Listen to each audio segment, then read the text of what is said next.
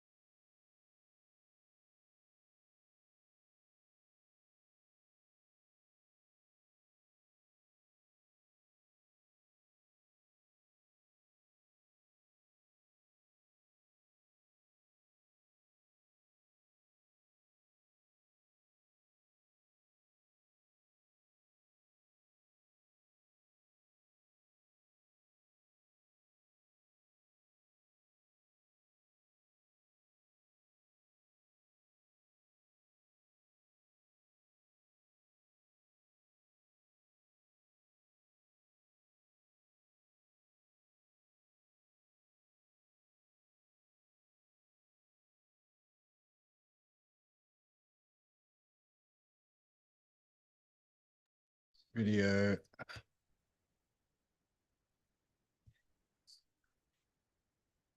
Public.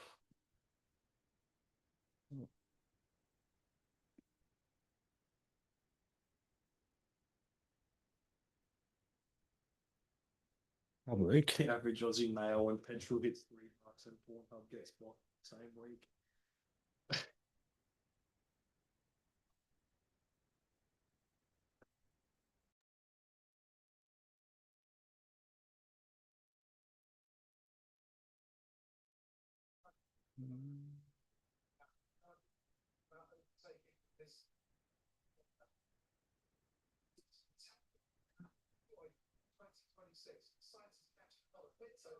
All right, it's 4 o'clock. It is Sunday, the 8th of March. Welcome to the Sunday Sesh podcast. And the mock has struck again. Absolutely unbelievable. Need to turn that off every time. Over there. I got it. I got it. Every time, technical difficulties. You click, just click. That voice you just heard was the Sunday Sesh Junior, who's here watching the race with me. But anyway, those who have been following me on social media forever can look at the pinned clip. I put myself up as the biggest mock ever, and it has struck again. I'm here in my McLaren gear. I'm here in my Oscar Piastri hat, and the minute I put it on, he drove the car into a fucking wall, not during the race, but on the way to the starting grid 45 minutes before the race, and completely trashed it. And it's been absolute carnage since. So great way to start the show. Great way to start the day. Absolutely.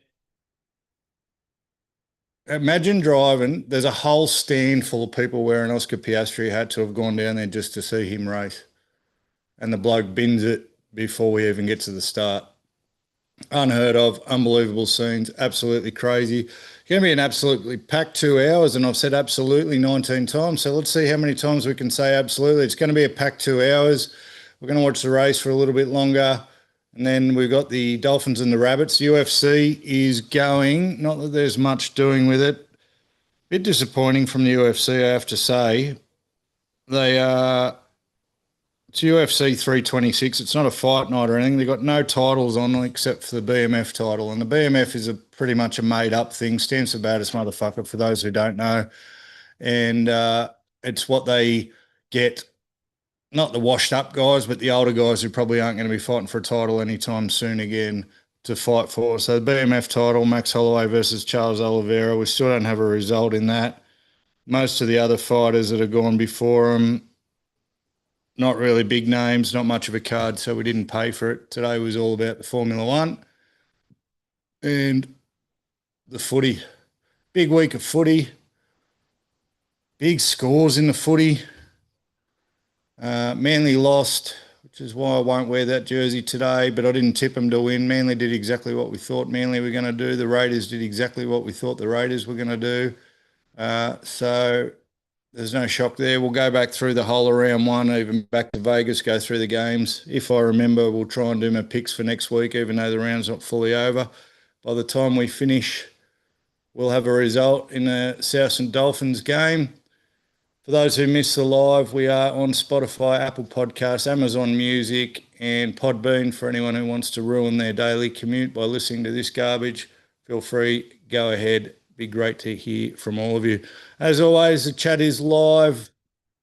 Jump in, say good day, have your opinion, give us shit, give us something to talk about. Are you into Formula One? I know Gibbsy texted me earlier, said, what's the point of watching Formula One? They've changed the cars this year. They've changed all the regulations. They're new cars. And in the first, 10 laps, the lead changed hands 5 or 6 times. So it's a bit more exciting than normal.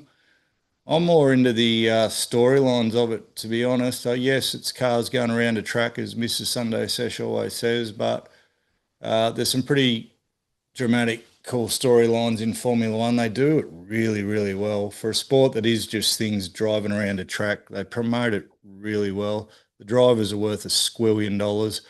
It's something like, I think we saw before, 426,000 people have been to Albert Park this week to watch the race. 426,000 people to watch cars go around the track. 425,000 of them there to watch Oscar, and he fucking bins it before we even get going. So, well done, Oscar. Well done. What else has been happening? Well, we'll do the usuals. I wasn't going to have a book of Feuds this week. I wasn't angry enough, but then a few things have really pissed me off this afternoon, so we'll end up back there. We'll talk a bit of golf in a second. I know everyone's dying to hear an update about my golf. Steve Leary's here. Hey, howdy, gents. He says, g'day. Sunday Sesh Jr. says, g'day. If you see a random arm that waves in occasionally, that's the big fella. We're on delay. So Steve offered you a job last week, Big Jack. He's a security supervisor, and I told him you were 6'6" and 195 kilos, and he said, okay, 95's a little bit, 195's a little bit. well, he's not 195 yet, maybe next week. Oh, wow. Wow. And he didn't like Formula One until we sat there today. I don't suppose you're watching the race, Steve. You'd be getting ready for the footy. Good to see you, mate. Before we get on to this week's footy, Steve, I've got some horrible news, some absolutely disgusting news, some very, very sad news. I'm not sure I'm going to be here next week for Knights versus Manly. Absolutely devastating, I know. But we've got a function on in the city on Saturday night. We're going to hang out with the kids in the city all day Sunday. I don't know if I'm going to be back in time for Knights Manly, which is absolutely devastating to me. Would have been good to sit here with you and watch Manly get one of 3 wins they're going to have for the year. I'm not sure. So we'll keep it. Seen the crash. That's it for me. That's it for the F1. Yeah. Horrible crash before it. So I'll keep you updated, Steve, whether we make it back in time for 4 o'clock next week. If not, I'll still do the show. I'll do it when we get back a bit at 6 o'clock, but I wanted to sit here and watch with you while Manly get their one of 3 wins for the year. So, all good, mate. We need to have a flutter. We can have a bet for sure. All this money I'm saving on drinking, we're going to have a bet for sure. I'm loaded. I'm fucking loaded. I still can't get over the curse. I'm going to move on from it in a second. But you're not a brave man to bet against me, Steve, because the minute I bet on something or the minute I back anything, the minute you go to Singapore and buy an Oscar Piastri hat and an Oscar Piastri shirt, it's fucking guaranteed to fail. That's part of the reason why I don't tip Manly. The other part is they're a shit football team, but one of the reasons I don't tip them is every time I do, they lose. So I don't tip them because it brings them undone. I usually we lose against the easy teams usually and win against the hard teams. So and that usually coincides with how my tipping goes with them. But I have dead set killed Oscar. That's twice I've killed him. I said before, they didn't look all right last night. You're the second idiot to say that. Manly did not look all right last night. We'll get into that game shortly, but they did not. Last year I went to the Singapore Grand Prix, spent $47 million on this hat and this shirt, and he crashed in the first corner there too. Lando ran him off the road and he was never the same for the rest of the season. I thought, oh, well, today we're half a chance, although he was starting in 5th, but he was in front of that Goose Norris. Didn't even make it to the start, so absolutely buried him. So, anyway, we move on.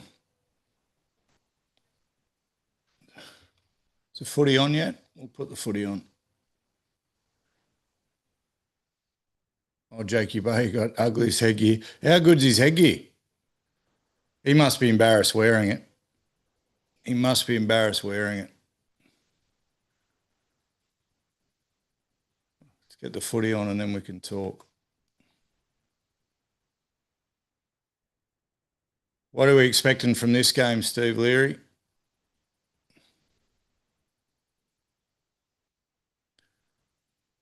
I've tipped South.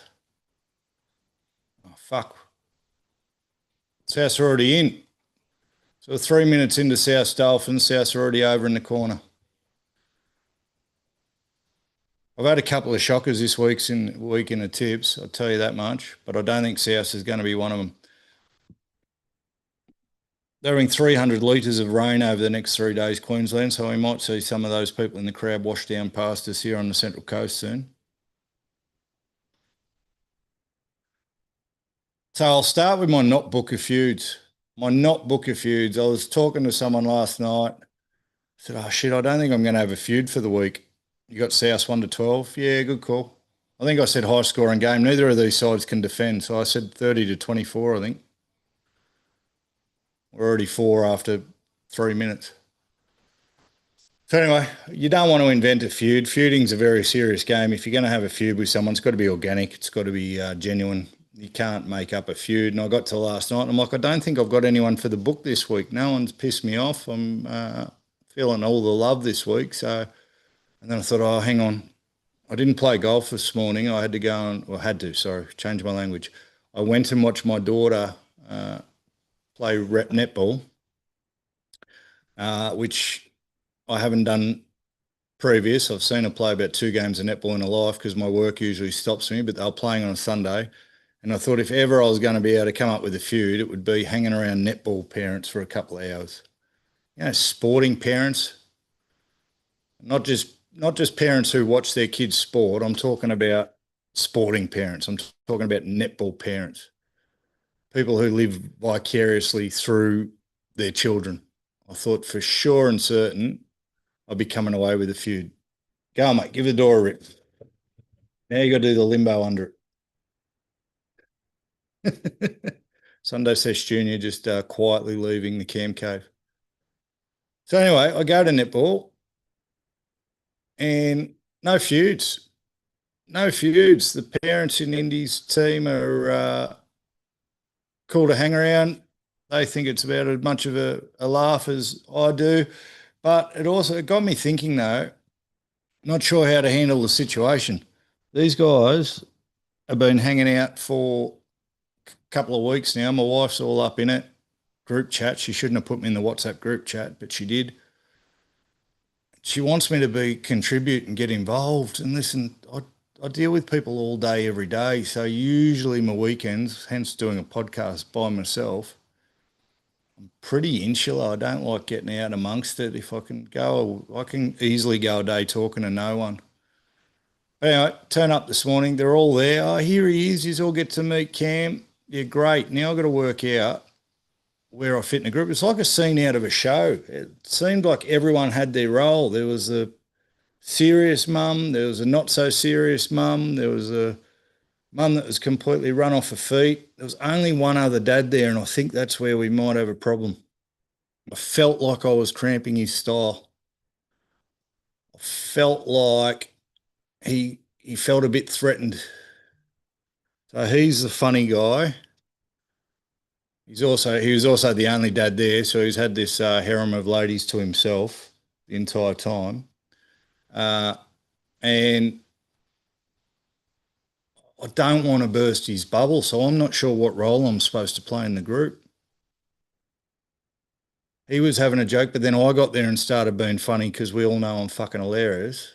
And he seemed a little bit, he didn't know where to go. But he was also the barbecue dad, so every team's got a barbecue dad. If someone's going to jump straight on the barbecue, there's always that guy. And then he also turned into the hero dad later in the day. So a bit later in the morning, wind picked up, a couple of gazebos went flying, lady got cleaned up, absolute grade 3 reckless high contact, knocked out cold on the ground. People went running from everywhere. I saw 400 people running to catch these gazebos at Adcock Park, and I thought, oh, that's enough people. I don't need to be part of it. Hero dad, also barbecue dad, comes running from the other side. Adcock Park in Gosford's not a small joint. The barbecues were nowhere near where the gazebos went up. And I look over and here's funny dad, barbecue dad, hero dad running across the car park, still with his clear gloves on from the barbecue to go and rescue the gazebos and the poor lady who got cleaned up. And that's too many roles for one dude, and I'm not sure which one I get to take off him. I don't know where I fit in. I'm not here. Sunday Sesh Junior's just said it's not Hero Dad. So apparently I can't take Hero Dad. Do you want a microphone? There's another mic, mate, you can plug in. All right. There's another mic you can plug in. Yeah, that'll be good. And then I think there was a lady there who was hanging out with the team, was critiquing the team, wasn't even part of the team. That was blowing, Mum. Cue the Foo Fighters. Yeah, it was like that, Steve-O. Dead set. I stood up on a block wall to get a better view, and as I'm standing up, he goes running, and he can't run fast. So Hero Barbecue, funny dad. He's not tall, doesn't have the longest legs, so not the greatest stride, but he was putting in the hard yards, and it literally could have been a montage out of Baywatch. He's getting across the car park, dodging a couple of potholes because the car park at Adcock Park, no fucking good. So I haven't come out of watching, enjoying my daughter's netball with a feud. I've come out with a loss of identity or a question mark on where do I fit into this world? And I hope none of them ever listen to this, because the true answer to where I want to fit into it is nowhere. I'm happy to be the absent father. I would love to be the absent. Oh, no, I wouldn't love to be. I'm happy to be the absent father. I'm sure that's what they say about me anyway. One of the blokes there who, again, so we had a lady who wasn't part of the group who was having way too many opinions for someone who isn't part of the group, or part of their kid's not in the group. It's actually her father was down there too, and I know him through social golf, so I think it's one of the other kids coaches the team. That's why they're there. He didn't know I had 3 kids. He didn't know, and he didn't know he didn't know Mrs. Sunday Sesh and I were actually married, because she's always there on a Pat Malone, and I'm never to be seen. There's a fucking reason for it, Michael. It's people like you. Joking, mate. Joking. I've just caused a shit stir, because not only is serious guy who's not part of the team named Michael, so is Hero Barbecue Funny Dad. If you're listening to this, I apologise. So I don't know what I do. Random Gorilla's here. G'day, Gorilla. How are you, mate?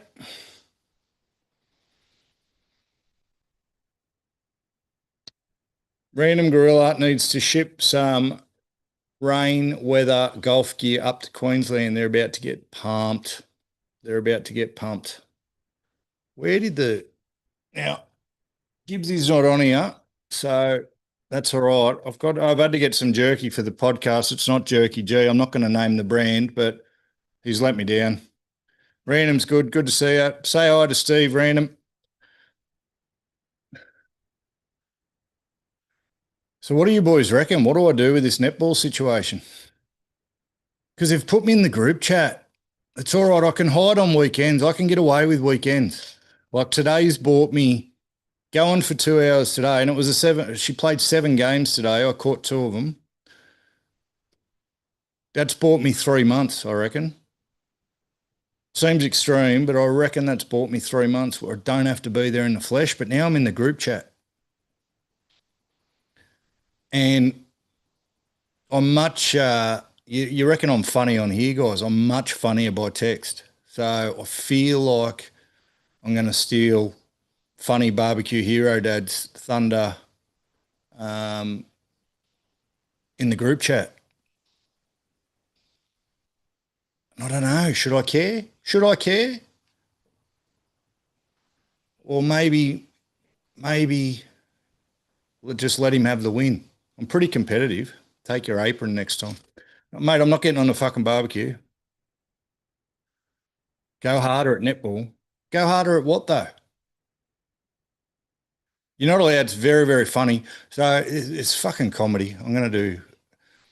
There's a lady who, so it's a rep development squad, right? So there's 5 teams, but the lady who is the coach, one of the coaches who runs the show, she clearly knows what she's doing, because she sat all the parents down again. I was absent, and laid down the ground rules. And one of the ground rules is, when we're on a day like this, you are not allowed to talk to your child. Your child will be with me. We have serious work to do. You will not cheer. You will not critique. You will not coach. That's my job. And the kids will have their gazebo to be under. And the parents, if you want your own gazebo, go for it. But do not talk to your children. I think that's great. I think that's great. So anyway, all I've been hearing about for a few weeks is this lady who runs the show and how scared all the parents are. Like, my wife cops my shit, but she's scared shitless of this lady. Mrs. Sunday Sesh, very scared of this lady. And the way I stirred them up today and the way I introduced myself was I went to the group and said, righto, who's Jody and why is everyone scared of her? I'm going to go and introduce myself. And they shit bricks. You can't talk to her. It's netball day. Can't be talked to. Very fucking funny. And anyway, then I see this lady and she's walking with her hands behind her back. She had a protege with her, walking with her hands behind her back, chest up tall, dead set military march. Very fucking funny. And all his parents are shit scared of her. Shit scared of her. Mrs. Sunday Sesh is worried that if I do stir up too much trouble, daughter will get cut from the team. So I've got to bite my tongue. Team support, think of the content. The other problem is, Gorilla, if they're playing Sundays, it's going to severely hamper my golf game. And look, there's priorities in life. And at the moment, getting to a 15 handicap beats watching 7 games of netball. My daughter knows I love her, I'm sure.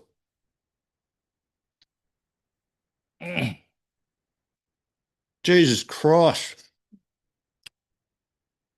Jerky's a bit hard on the chew. I don't think content, Gorilla, when I'm doing things, mate. I do things and they happen to turn into content.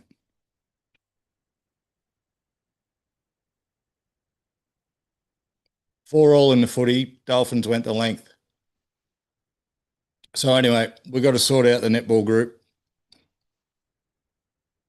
Not sure what to do there. Yeah, exactly.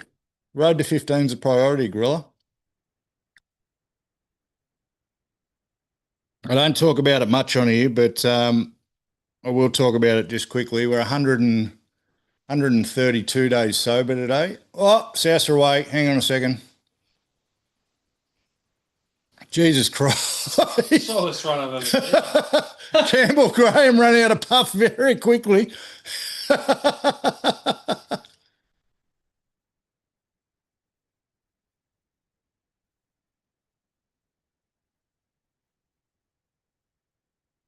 Campbell Graham just ran out of puff very, very quickly. That was quite funny to watch.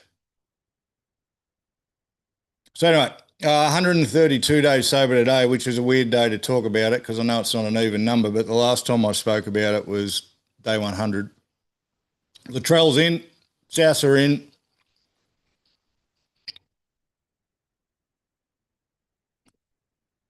So breaking news, Souths are in and Cody Walker still hasn't torn his calf. Steve Leary were running out of games.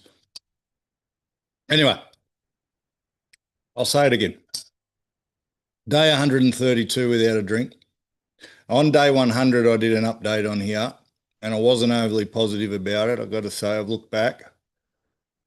But it was an honest take, right? The first 100 days, it wasn't a magic pill. I didn't feel outstanding. It hadn't completely changed my world.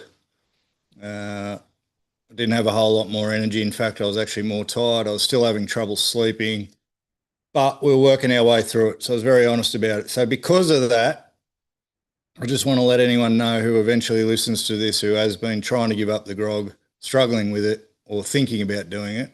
I feel fucking fantastic at the moment. I feel fucking good. So 130 days in, probably for a week now, I've been flying. Probably for a week, I've been fucking flying. Chop, look at me. Energy's back up. I'm still not sleeping great, but I think that's more to do with life than anything else. I've lost 21 kilos.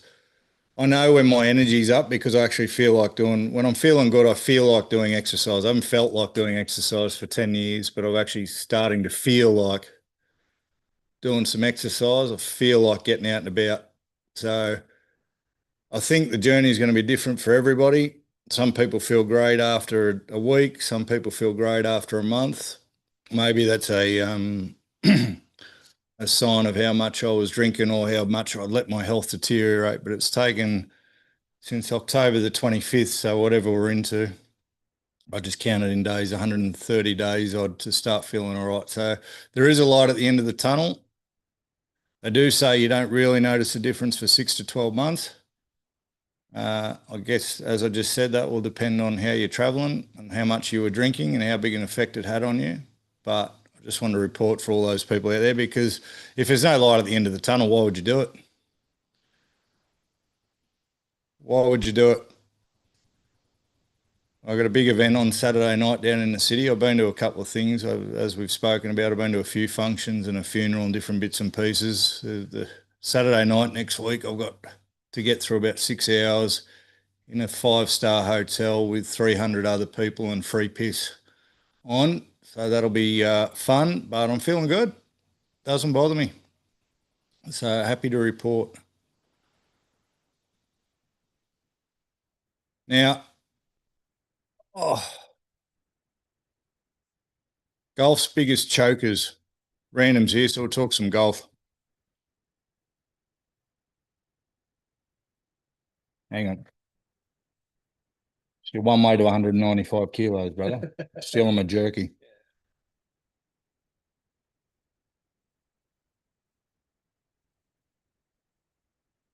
Shane Lowry. Shane Lowry is good. Seems like a good fella, doesn't he? Seems like good for a laugh, although his best friend's Rory, who we're feuding with, as everyone knows.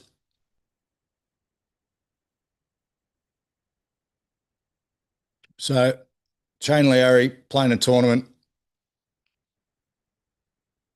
last week. He's 3 up with 3 holes to play.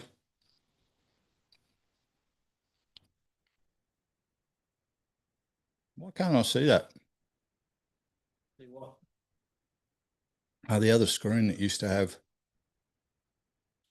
concurrent viewers and things. Don't know. Oh, the one. That'll be analytics, I reckon. That'll be that one there. There you go. Chat will still be there. Yep. Feuds.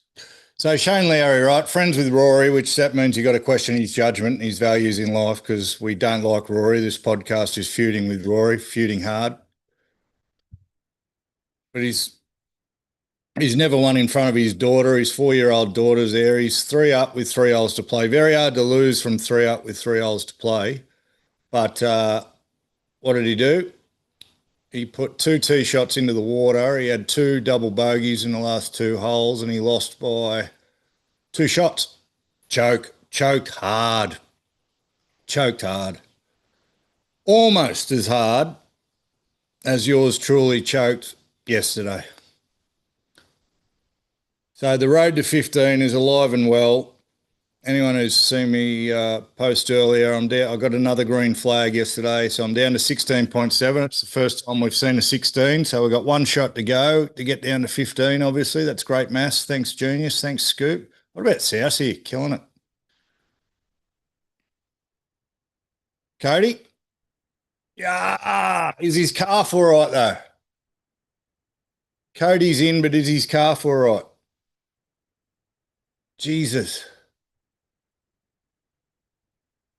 So anyway, I try and have 1 Saturday off a month. I didn't have yesterday off, but I snuck out early enough to have play monthly medal at Royal Wong stroke event. Should have been round 2 of the Gibbs Wilson Invitational, but Gibbsy forfeited. Oh, he went out and maybe tore his calf while he did it. Take that back. Should have been round 2 of the Gibbs Wilson Invitational. So by my reckoning, forfeit is as good as a win. So I'm now 2-0 in the Gibbs Wilson Invitational. I will present myself a trophy later. You know I will. But I'm running out of time to get to this 15. So first hole triple bogey, not off to a good start. Shocking front 9. Could have chucked in the tower. One thing I'm very proud of myself when in my return to golf, I used to be known as a Black Hawk with my golf, because after a bad shot, all you'd hear is thump, thump, thump, thump. Gibbsy's here. He was hiding in the shadows. Fucking knew the forfeit call would get you. Ha ha! I knew the forfeit call would get you, Gibbs. I'm a good fisherman. So anyway, terrible front 9, and old Cam would have thrown 100 clubs. Like I said, they used to call me the Black Hawk at Gosford. I've got 3 or 4 wedges sitting in the bottom of a a dam next to the 12th at Gosford from hitting bad chip shots after missing the green on a par 3 and then launching the club into the dam. But since my return to golf, I'm much more mellow. I understand that bad shots happen. I don't get angry. The worst I do is the occasional swear word, only very occasional. And it does help that recently I've been playing with a bunch of people who are fucking prone to meltdowns. They make you feel good about yourself. Some of the people I've played golf with lately, when they're going bad, they make you feel good about life. So anyway, after 9 holes, I'm 11 over, which leaves, I was off 18 yesterday, so I only had 7 shots left in my handicap to stay even par or above, under, which meant the back 9 was going to be tough. I fought back so fucking hard. So hard. I played so well on the back 9, even with a couple of double bogeys, that by the time I got to the 18th tee, I was 17 over, which meant I had one shot left. All I had to do was get up the last. I was on a run of pars, right? So I was expecting a par. I would have taken a bogey. I would have taken a fucking double bogey, to be honest. So my first tee shot, and you know we're in trouble when I say my first tee shot, big hooping slice, which I'm prone to do. And the 18th, they got the worst OB out of bounds set up at Wong for the 18th ever. They've put the OB stakes in clear open paddock that's got no right being out of bounds. I don't know whether you agree with me, Gibbs, there, but shocking place, doesn't make any sense. The ball lands 40 centimetres on the wrong side of the OB stakes. Everyone playing with me is going, oh, mate, I think you're still in. I think you're still in. I'm like, no, I saw that land. I got bad eyesight. So if I saw it land and I saw it land where I thought I'd land, I knew I was in trouble. Took a provisional, skied that. So normally I can drive the ball 250 metres. It went about 150 and straight up in the air. Latrell's in again. And we kept the provisional there while I think it's to make people aim left. I did fucking aim left. Thanks, Scoop. And I reckon, you know what I reckon? I reckon the boys I was playing with, one of the all-time groups yesterday, thanks to the hookup, Gibbsy, one of the all-time groups yesterday, the boys I was playing with would have let me get away with it. If I was a dirty, rotten cheater, those boys would have said, nah, close enough is good enough. And they would have let me, because it was that close. It was dead set 40 centimetres. So anyway, I can't have that on my conscience. Honest Cam, they call me. So I went back and played my provisional. Now, didn't play a dumb shot from a provisional, but I did go for the green from 220 metres out. Played the cut shot that I wanted to play to try and bend around trees, but hit a branch, so it dropped straight down. So I'm hitting, what was that, 4th? I'm hitting 5 into the green. I'm like, right, up and down for a bogey is the likely fucking answer here. I take an extra club, which you're supposed to do when you're playing uphill, did everything right, into the wind, and I absolutely striped my 8 on. Striped it, but it was going straight for the pin. And I just told you, Steve, shush, they don't know what I do on here. You've just dobbed me in. I don't know what he's talking about, ladies and gentlemen. So I striped me 8 on. It's going straight for the pin. One of the boys, it's taken me that long to get there that one of the boys is already up on the green. He starts gesturing like I've gone over the green. I'm like, there's no fucking way. Anyway, I've gone over the back of the green, landed on the back, had a bit of raz though, so just rolled back onto the green. And fuck me, give me a chip over a long putt any day. I wish the ball had stayed off the green. Pin was cut to the front, 18th at Gosford, very downhill putt, about 18 metres I had according to Arcos, 3-putt.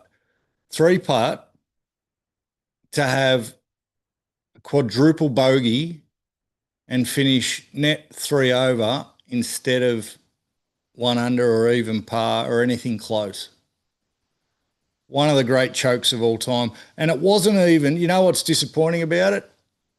I don't feel like I choked. Like I didn't get up nervous on the tee. Like Gibbsy's seen me hit drives. There's always a chance it's going to go right. I wasn't nervous up there. I thought I'd figured something out on the hole before. I aimed left like I was supposed to. Did everything I was supposed to do and just got fucked hard.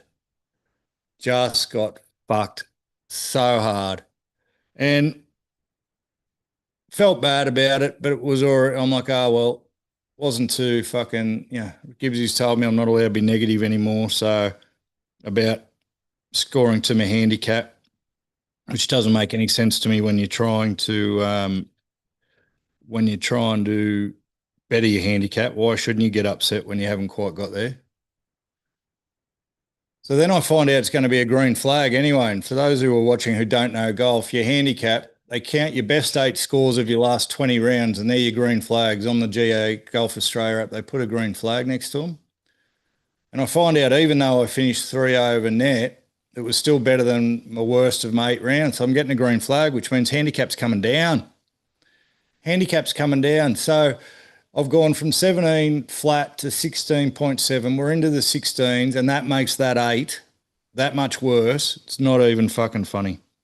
That makes that 8 not even disgusting, because I reckon, like, if I finished net even, I would have been close. I would have been probably down to 16 somewhere, like 16 even. I would have been a couple of 0 point somethings off my 15.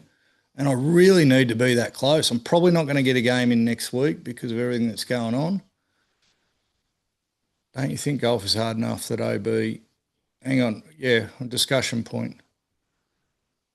So I've got 3 weeks left to get, and now here's the thing. I'll put this out for debate between Random and the 2 Steves. If I get to 15.9, am I a 15 handicapper? What's going to count as a 15 handicap? When I first said it, in my head, I thought I had to be 15 flat. I'm thinking, though, in the real stakes, you got to be 15.4, 15.5 or under to be considered a 15. What do you reckon? Discussion point, Steve Gibbs.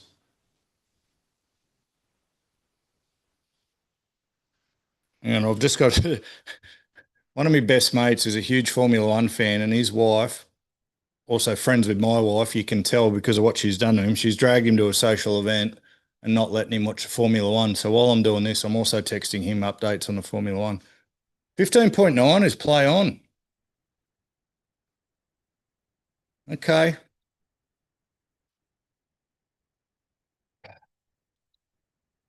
Look, I'll take it. If I end up at 15.9, I'll take it. But I feel like it's going to be a bit of a participation trophy. Dolphins are in. I feel like if I got to 15.5, then I'd really take it. 15.5, I'm going to claim it. Steve Leary, 15.5 under. Spoken like a true non-golfer. Mercedes won. Race is over. Mercedes won. Quick Formula One update. Russell. 1, 2. You sure it's over? We can't announce it. Status finished. Provisional results. Mercedes 1 and 2. Ferrari 3rd and 4th. Lando Norris the poof. Oh, sorry, let's retract that because we're an all-inclusive podcast. Lando Norris the silk 5th. Verstappen up into 6th. Steve Leary, you don't know how golf is for calling me on that, you bastard. Gorillas. All right, so we got 2 out of 3. 2 out of 3 are saying 15.9 is a win.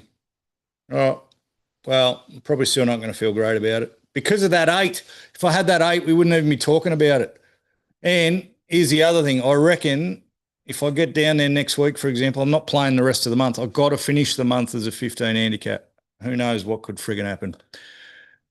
Gibbs, if you're listening, mate, I've had to eat someone else's jerky on this podcast. I'm not going to name him, mate, because you are the official jerky sponsor of the Sunday Sesh podcast, but we've got to do something about the supplies, mate. You send me your bank details and I'll flip you a cash. You're going to have to stock me up for the next 6 months because this stuff that I've bought today is absolutely shocking. Really terrible. My 195 kilo Sunday Sesh Junior over here is saying it's terrible too, and you can trust one thing. If you trust anything, it's he knows food. Mate, I learned from the best. I don't know what you're on about. You have learned from the best, son. Good call. Can you get me a non-alcoholic beer? No. No? 12-10. I'm telling you, this is going to be 30-24. If he can still get on, pick the score. Rabbitohs 30, Dolphins 24. See. Well, at least now I know, Steve, that Leary, that if I get 15.9, you're still going to fucking win, aren't you?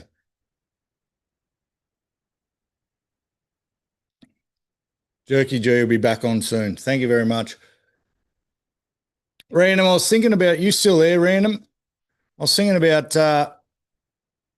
when I was on your live the other day. If you're into your golf stuff, jump on Random Gorilla's channel. When you're on the live the other day, mate, well done, by the way, throwing yourself out there. I know what you're saying about business people putting themselves out there. It's bloody hard. Gibbsy's just unearthed me. No one knew that I was a real estate agent. Otherwise, I'd have way less than the 2 viewers that I've already got. But it is very hard finding a balance between trying to have a hobby, trying to be real, and then also protecting some false image that society puts on you, and you're proud no matter what. It's a question that's always in the back of my head. It was a question when I started this thing, so hence I haven't told anyone really. It's a bit dumb, and it's no way to live life, but I haven't really told anyone close to me, especially in a business sense, that I do this stuff. I'm sure I'm also probably been a bit naive to think that it already hasn't come across their timelines and shit like that. But yeah, so now that Gibbsy's put it out there, it's on for young and old. But you mentioned, Gorilla, that you wanted to see me hat because I said I'd trashed it, mate. That wasn't a disparaging remark about the hat. That was more a chat about how fucking sweaty I get when I play golf. And Gibbs has seen me on a hot day struggle walking around. So I actually don't think you had his trash, mate. I was just prone to hyperbole. It did cop a lot of sweat, but I actually, after you said that the other day and said you wanted to see it, I went and checked it out, mate. It's come up good.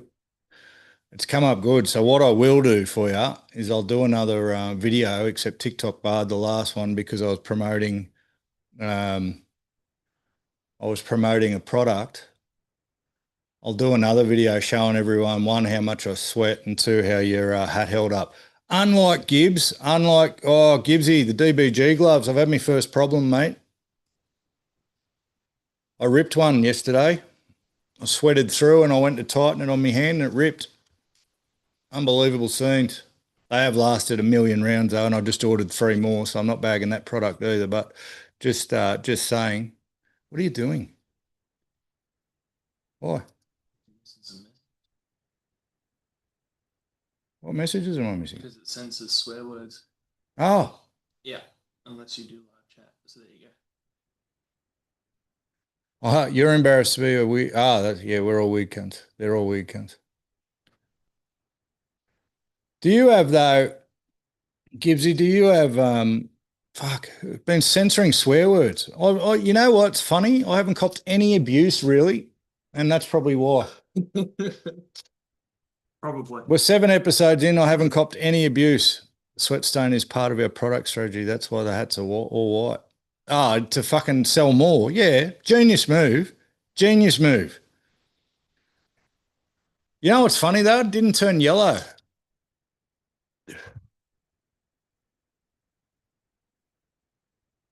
Don't put yourself down, Gibbsy. You definitely don't belong. Don't feel it. You definitely don't belong. I just worked out why no one's called me a cunt in the chat. So if you're doing live chat, it shows everything. If you do top chat, it just shows, yeah, YouTube censors it basically. There you go. Have at it now, kids. I'll see everything you fucking said about me. So anyway, Gorilla, back to your selling hat strategy. That is genius. I'll only make white hats, so when everyone sells through them, they've got to buy more. But it didn't turn yellow. I've got some, am I allowed to mention other brands, Gorilla? I haven't checked the sponsorship contract. Martial arts legend, belt starts with white dirties to black. Oh, you won't get me in a black hat. No, listen. I didn't say, yeah, so you fucking went off too early, Gibbs, which is what your missus told me as well.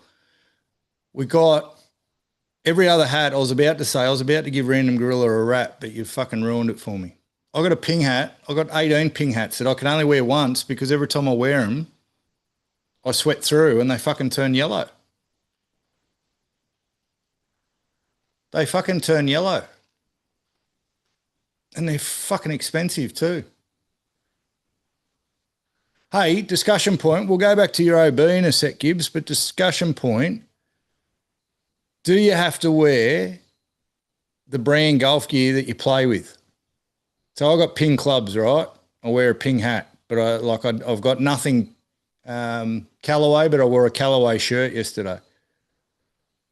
Should you be, or is it fucking no good to turn up with a ping bag, ping clubs, ping hat, ping shirt? Especially when you're a 16.7 handicapper. You're too a professional, you got to turn up in what the sponsors tell you. But as a 16.7 handicapper, is it a little bit, how's it going to turn up in all ping, or do you have to because that's what you're playing? And then what do you do if your woods are different to you? Can't have Nike shoes with an Adidas hat. Well, why not? I would never wear an Adidas hat. I'd wear a Random Gorilla hat. Rabbits are in again. That was crazy. Rabbits are in again. Replay. You're too nice, Random Gorilla. Have an opinion, mate. I reckon I turn up. Indies and grabbed it. Yeah. If I turn up and see a 20 handicapper with fucking all the same gear and an electric buggy, I'm gonna have to get over some stuff, I think. Will it work if you FaceTime me on the phone? Let's try it. Gibbs wants to FaceTime on the phone. Are you near your computer, Gibbs? I can probably send you a Zoom link, mate. You can jump on. It will work. I just don't know if we can see you. So what were you saying? I've got you on the microphone, so I don't know if they can see you, but they can hear you. What were you saying? Point is, and I feel quite strongly about it. I think for the majority of golfers, like, golf is hard enough. So you're getting punished twice. Like, so let's take your out of bounds ball, for instance. Yeah.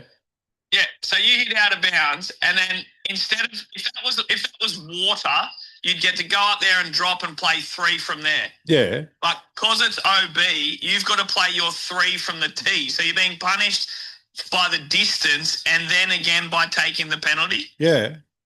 That's horrific. Why is that the case? That's the dumbest rule ever. I think, you know what I think is dumb? In-course OBs are dumb. Like that one at Wong, I count that as an in-course OB. Yep. Because it's inside the fence by 10 metres. Yeah. I reckon if you hit it onto the fucking highway, like I've also done, I probably deserve to have to hit another tee shot. Place the ball next to a club length off the fence and play 3. I don't know. They're meant to have changed the rules so there's no in-course out of bounds anymore, but that fucking thing at Wong's got to be in-course. They did move those stakes in, but yeah, anyway, that's a fair point. Yeah, I mean, should you be punished for hitting it in the servo? Yeah, possibly. For Footy? No, it's not for Footy. Who's that? Oh, South. Go, let's go. Fucking hell. Yeah, this is going to be 30 to 24. I don't know, man. I don't know. I feel like I'm a dickhead because I know that I'm going to slice it right, so I shouldn't take driver. So I probably, to get discouraged from doing that, need to keep having to re-tee the ball. I don't know.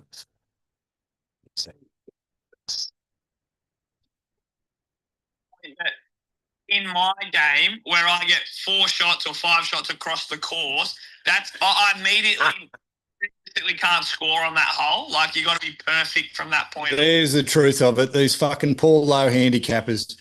These poor fucking low handicappers. Oh, with my handicap of 4, it's too hard. With your handicap of 4, OB shouldn't be a thing, mate. Did you see Shane Lowry last week? I did. You missed me talking about that. That's how we started the golf conversation. I said, big. He took Yeah, he took iron and still went in the water. Yeah, I didn't see him take iron. Yeah, I know. That's how I started. I said there was a choke last week, but nowhere near as big as the Cam Wilson choke on the 18th yesterday. that's real. Unreal stuff. Electric buggies, can't stand them. All right, mate. I'll talk to you in the chat. Yeah, sorry, brother. All right. Peace. See you, mate. See ya. That's cool. That was good. Could you guys hear Gibbsy? To an extent, you can hold it. Speakers. Well. We went a little bit off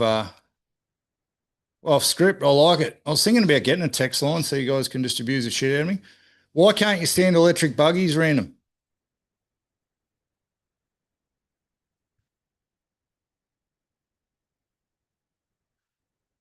$24.10. Who's standing out? Steve Leary. I know you're more watching the footy than not enjoying the golf talk. Who's watching? Who's killing it? There's a 24. Oh, no. Yeah. South will get to 30, then they'll drop the bag.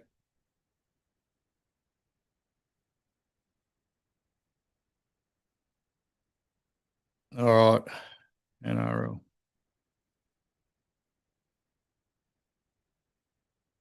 All right, let's get into let's talk about all the games, eh? We'll mix a book of feuds in there. Who's, out of the people listening in the chat, who's KO and who's Channel 9? Yeah, I've been cleaned up by an electric buggy, random. Lady, first day she bought it, lovely lady, but fuck, couldn't drive. Now then you got to ask, is it the buggy's fault or is it because there's a woman driver? Young halfback for South. Gibbs is Channel 9 guy. Do you listen to the radio then? Do you listen to Triple M at all? You guys are all Channel 9. Fucking tight asses. I've got a big problem. We're feuding, and it might fall on deaf ears, so that's all right. I'm feuding with Brent Reed, the journo. Feuding with Reedy, the journo. He has become so biased. Steve Leary will know what I'm talking about. I can't listen to him anymore. I had to turn the radio off in the car today. He's on Triple M in the car. So he's on Triple M. He's on NRL 360 on KO. I won't say that one out loud. You just dob yourself in. We don't, Honest Cam does, and Ethics don't allow me to share my KO account, Gibbs. Anyway, does anyone know who Reedy is? He has become the biggest punish. I thought it was Bulldog Richie. Got no time for Bulldog Richie either, but Brent Reed is the most biased money under the table journalist on fucking TV, radio, or in the newspaper right now. It is so obvious with him who greases his wheels, what clubs he's in with and what clubs he's not, that makes it absolutely impossible to take anything he says seriously. I got no dramas whatsoever with someone having a favourite team or fucking, favouring someone or trying to protect a mate occasionally, but he takes it to the point where you actually can't take it seriously. His opinions at the moment, when he goes against anybody who's got any logic in their brain whatsoever, just make absolutely zero sense, to the point where it's laughable, like to the point where it ruins the whole debate. Like, we're all for healthy debate like we are here on the Sunday Sesh, but most of us here have got somewhat seemingly some form of intelligence to have an adult conversation. You cannot get Reedy to talk ill or have an honest opinion on the Melbourne Storm. You cannot get Reedy to have an honest opinion on Brisbane Broncos. You cannot get him to have an honest opinion now on the Bulldogs, and he openly said on NRL 360 last week, oh, mate, don't bag them because I've only just got back in with them. And it ruins the show. It ruins everything he's on. Today he was on Triple M, and I had the same problem last year with Golden Tallis and how heavily he was defending Kevy Walters. There's nothing wrong with sticking up for your mate, but you've at least got to admit when there might be an issue. Otherwise, don't be on television. Don't be doing that for a job, because your job is to actually analyse and give somewhat real facts, just like me last week who said Stephen Crichton wasn't worth any of his money 3 minutes before he fucking kicks a game-winning field goal. That's the sort of opinions we want. Honest, raw. So, but I think it's very easy to feud with the journalists and a bit fucking boring, so I'm not going to – he's in my feuds. I can't listen to him anymore. Bulldog Richie's another one. Now, he's not biased or anything like that. He just doesn't know what he's doing. His opinions are so fucking stupid. It's laughable. He blocked me on Twitter 15 years ago for saying as much, but he is spastic. Say what you want about Buzz Rothfield, but he didn't mind who he was pissing off. And I think once you take the job of a journo, you cannot care who you piss off, because your job is to report what you see. Your job is to report what you hear, and you've got to be doing it without fear of consequence, because that's your fucking job. Anyway, most of NRL 360, yeah. You know who does it well? This might be an unpopular opinion. You know who does it well, Gibbs? I reckon Braith and Astor does it well. I reckon Michael Carianis does it well. And for Braith to do it well is a huge call, because he's a player manager. So it'd be very easy for him to be extremely biased and to manipulate the discussion to favour his players. But with as many fingers and as many pies as he's got, he manages to do it unbiased. So why the fuck can't Rudy? Why the fuck can't Rudy? But also, huge opinion of Michael Carianis. Thought he was a bit of a dribbler to start with. Maybe it was his voice. He's not the most powerful voice. He's a bit of a quiet fella. He's a smart dude. He's switched on. And the worst thing, SEN over summer nearly tripped themselves up, because they were changing their whole lineup, and they put Jimmy Smith and Michael Carianis together over summer, and it was fucking great radio. Great radio. And now it's back to normal programming. You've got to listen to fucking Brandy Alexander. Terrible. Absolutely terrible.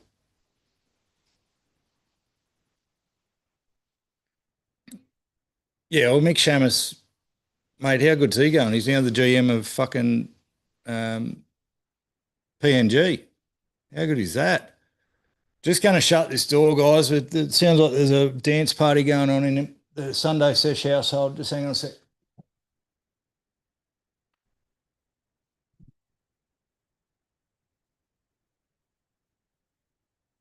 Got the beats coming through. Do love my tunes, but with a bloke with ADD like me, it's very hard to concentrate. Who are the best journos out there? I reckon Carianis goes good. I reckon Anasta goes good. Anasta still gets punished for being the most overrated rugby league player ever. What about when he used to win the most overrated rugby league player every year in the votes? Up the mighty Knights. Gibbsy, I don't know if you heard, mate, but it's Knights versus Manly next week. I'm not sure I'm going to be here for it. But have a good one anyway. Have a good one anyway, buddy. Oh, do away with this hat now that we've killed Oscar. Do away with the hat now that we've killed Oscar. 28-10, halftime in the footy. All right, let's go back through the games of the week, see how we're going. Been a hard week for tipping. How's your tipping going, Leary? Me and you had a bunch of opposite teams, so you're probably going all right. All right, feels like it was a year ago, but Las Vegas, Knights over the Cowboys. Knights look like rock stars. Cowboys look like they're going to struggle for the year. Couple of key points. Todd Payton's going to have to start looking and seek ad soon, because that was to have a whole preseason under your belt and dish up that was absolute horseshit. Terrible in attack, and with the attacking players they got, absolutely shocking. 5 wins for the week. I think I'm going to go 4. I think I'm going to be 4-4. 2 sideways. You can't have a side with Dearden and Drinkwater in it and be running that sideways. So whoever's steering their attack, is not helping him whatsoever, and he's got a whole new coaching staff up there, Todd Payton. Knights look good, but listen, they were playing the Cowboys. I thought Dylan Brown did what Dylan Brown's going to do. He looked like a bloke who's been paid way too much money for no particular reason. Knights look like they're going to be good as long as Kalen Ponga stays on the park, but you can't really judge it because they're playing the Cowboys. So we'll see what happens with them in coming weeks. Dogs 15, Dragons 14. We were on air for that. Listen, Dogs didn't look good. I think I picked them to come 5th. That might be all they can do. I've already put them in there maybe next year in the power rankings. You know, it's funny. I wasn't going to because my ego, but then I posted the clip about me saying that Stephen Crichton, not that much chop, expecting to get huge blowback for looking like an absolute goose. And I didn't get that much blowback. And you know why? I reckon it's because most people agree with me up to a point. Yes, it was funny that I said it right before he kicked a match-winning field goal, but it's not that he's not that good. He's a fucking great player. I just reckon the Bulldogs need some game breakers, and I don't reckon he's one of them. Great leader, great defender, great centre. Someone had a go at me saying he's the best centre in the game. He might be, but they need better. They need more. They need a fullback. They didn't offer much in attack, and it was against the Dragons, who are going to come last. So to only beat them by a point, everyone's saying, oh, the Dragons were gritty, the Dragons were this. The Dragons served up nothing. The Dragons served up absolutely nothing and then butchered the end completely. So what did we learn from that game? I don't think the Bulldogs are going to do much this year. I heard someone saying that Galvin will be out in 2. Galvin's not going to be out. They've hitched their wagon to him. So I don't know what they do there. I'm not sure how they fix it. Now, the Dragons. The Dragons are going to be my book of feuds for the week. And I know I've already said I'm feuding with Gutho, and I've probably already said I'm feuding with the Dragons, but I'm going to reiterate it. I put a clip up during the week that it sort of explains the reason why I'm so off the Dragons. And I've said a couple of times, my problem with Shane Flanagan and my problem with Gutho is the fact that whenever anything goes wrong, it's never their fault. Well, the problem the Dragons have got now is that it's infected the whole club. As late as Thursday, they were still arguing about the refs costing them the game. As late as Thursday, they were seeking a meeting with the NRL over the bad decisions that cost them the game against the Bulldogs. So 4 or 5 days after they've lost the game, 4 or 5 days where they should have been planning for the next fucking win, 4 or 5 days where they should have been practicing setting up for a field goal, a la the Raiders last night, they were still complaining about the ref costing them the game. Shane Flanagan gets in his press conference after the game, rightly livid. Now, listen, they probably got dudded. Not saying they didn't get dudded, but I also will say that Parramatta got dudded against the Storm. I'll also say that the Roosters in the penalty count got dudded. Everyone gets dudded by referees because the referees are shocking at the moment. The level of refereeing in the game is fucking terrible. There is only one team 5 days on still complaining about it. And that is a problem with Shane Flanagan. That is a problem with Gutho. That is why the Parramatta got rid of Gutho the minute they fucking could. And the problem in life and the problem in business, and you now know what I do for a living. I run a business and I own multiple offices and I got quite a large payroll, is monkey see, monkey do. I'm also a parent, right? To my wonderful children. Wonderful indeed. Monkey see, monkey do. If the people at the top won't take responsibility, and one of my favourite sayings ever is, if it is to be, it's up to me. If it is to be, it is up to me. So it doesn't matter what goes wrong in your world, it doesn't matter what goes wrong in life, it doesn't matter what goes wrong at work, and it doesn't matter what goes on the fucking football field. There's only one person who can potentially change it, and that's you. And that is the culture that all the successful teams have.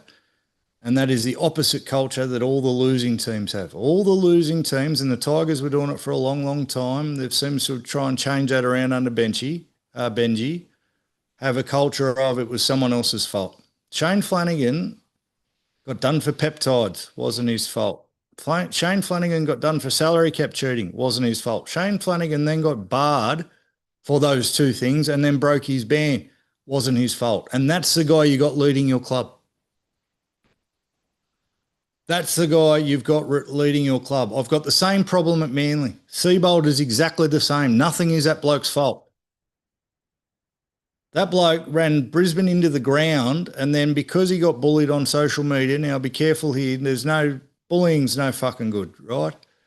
And no one should get threats and all the sort of stuff. But that guy goes on a current affair, no less, a current affair, and whinges about getting picked on. Instead of going, fuck, I've got to find a solution to this problem, not fucking whinge about the problem. And that is a problem Manly have now got, which I've said before. So I'm fucking feuding with the Dragons. I'm feuding with Shane Flanagan, and I feel bad for their supporters because you aren't going to win. You will never win with those guys at the helm.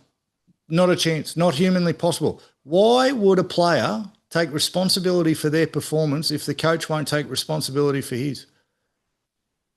Why would a player take responsibility for their performance if the captain won't take responsibility for his? They don't need to. They don't fucking need to. Now, you run that parallel with people like Ricky Stewart. Now, Ricky Stewart has a crack at the refs, but he also has a crack at himself, and he also has a crack at his players.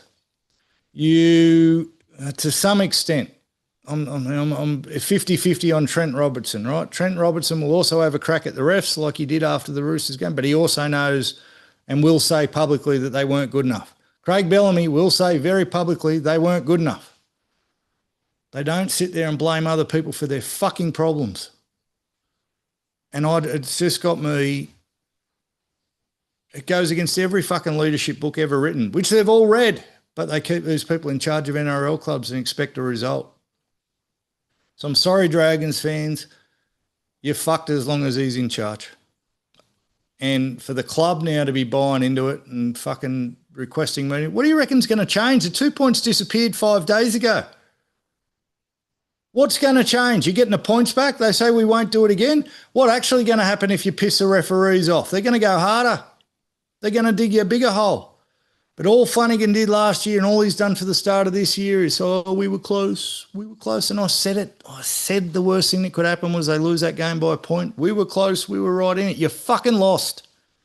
You lost again. You keep losing. If it's not the coach's fault and it's not the player's fault, who the fucking fault is it? It's not the referees, because everyone's cop shit refs because they're all shit at the moment. That's my book of feuds for the week. Fuck, that pissed me off. Them and Reedy. Reedy really fucking pissed me off. Bring back Tuvey. The thing with Tubes was, Steve, like, he was that hard on himself and that hard on the players that then when the refs still cost him, he couldn't fucking keep it together. He couldn't keep it together, comically so. So that's fucking great, comically so. But there's a fucking lot of, wherever Shane Flanagan goes, there's a lot of lessons for life, I reckon. You watch his next interview. Now that I've pointed it out, really sit there and study his next interview. Where does he take responsibility? What sort of languaging does he use? When people ask him a straight out question about a player or a result, where does the fucking blame go? Laurie Daly as a coach, exactly the fucking same. Him and Brandy Alexander together as a team coaching New South Wales. My God, did they have some excuses. My God. We were never a chance with them in touch. It's no fucking coincidence that Madge gets in there, who's Madge's full responsibility. Madge's full responsibility, and all of a sudden New South Wales win. No coincidence whatsoever. Anyway, moving on. Storm 52, Para 4. How are we going, Steve Leary, with that one? That one I am copping some abuse for online because I said very publicly Para by 12. Listen, I'm sure if you fucking admit it deep down, Steve, we let our emotions get the better of us, mate. We went with hard overhead as if Para were ever going to win that game. Somehow I believed it. Somehow I talked myself into it. But 52-4. After 5 minutes, we looked like geniuses. Para were up 4-0. We looked like fucking geniuses, didn't we? And then Melbourne got on a roll and it all went to shit. Now, yeah, they weren't robbed.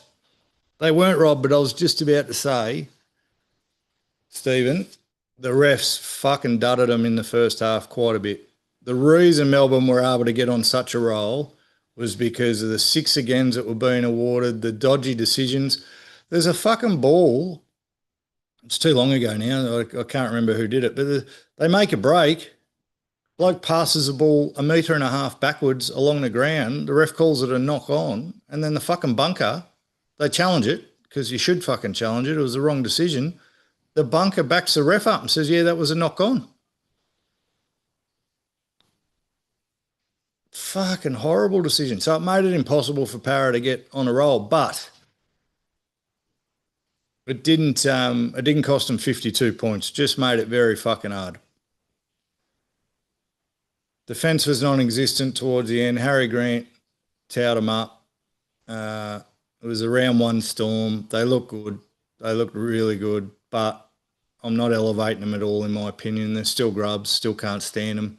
And they were playing Parramatta, so we'll see how they really go. I wish I had Suafalongo in my super coach, though. I didn't have him.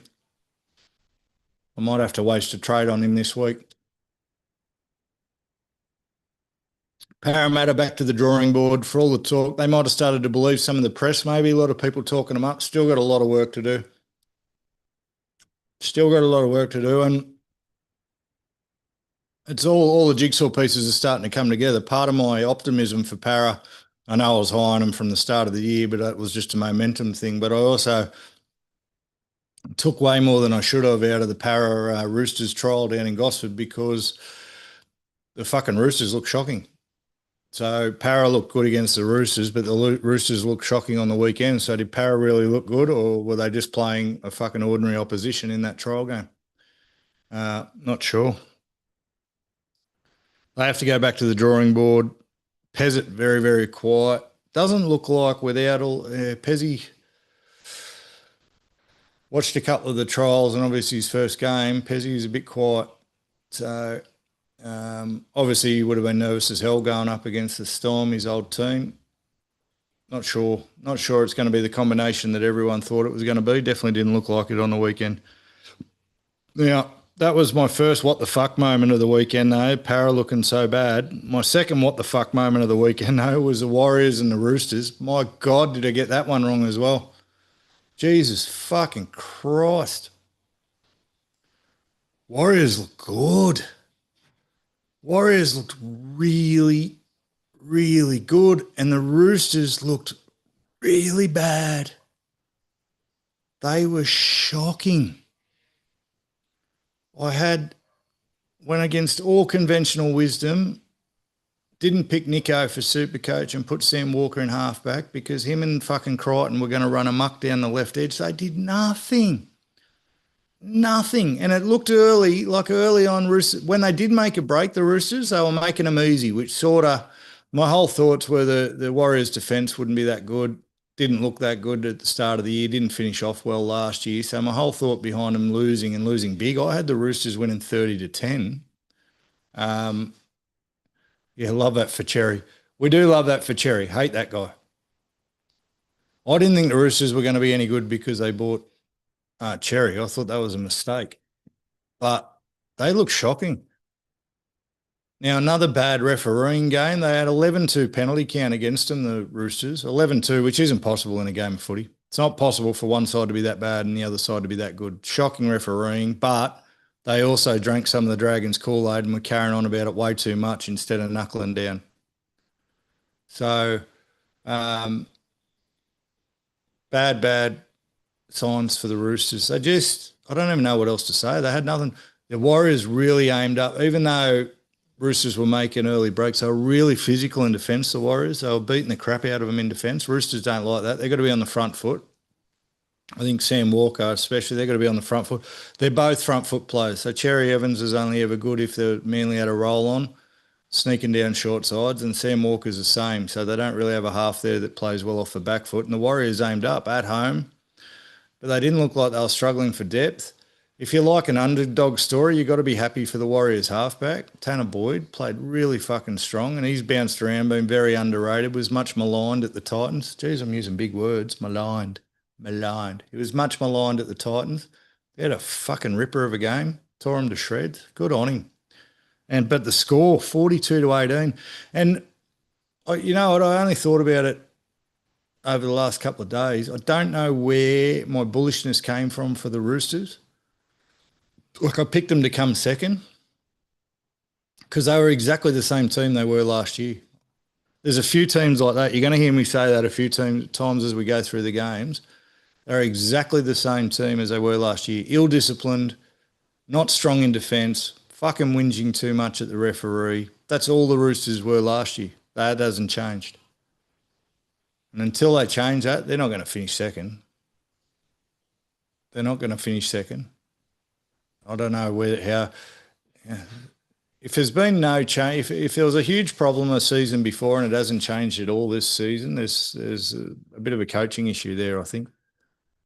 So it's evident with the Cowboys, right? Same coach, got rid of all the assistant coaches, but they were exactly the same team, very fucking average. Roosters, same system, same players, same result, same whinging, same mindset. So big problems. And the Warriors, look, I'd be more than happy. I think I had the Warriors coming ninth. I'd be happy for them to go so much better than that. I just don't know once they get a few injuries. But what do I fucking know? If round one's taught us anything is that we don't know much. One game I did get right. I didn't get the score right, but I did get right. Broncos 0, Panthers 26. Fuck, they look good, the Panthers. Fuck, they look good, the Panthers. Steve Leary would hate that, but Panthers, mate, are going to win the comp. Complete domination, obliteration. They had nothing, the Bronx, threw no darts at all. Looked clunky. And Madge, God love him, outthought himself. Why you'd start Ezra Mann on the bench?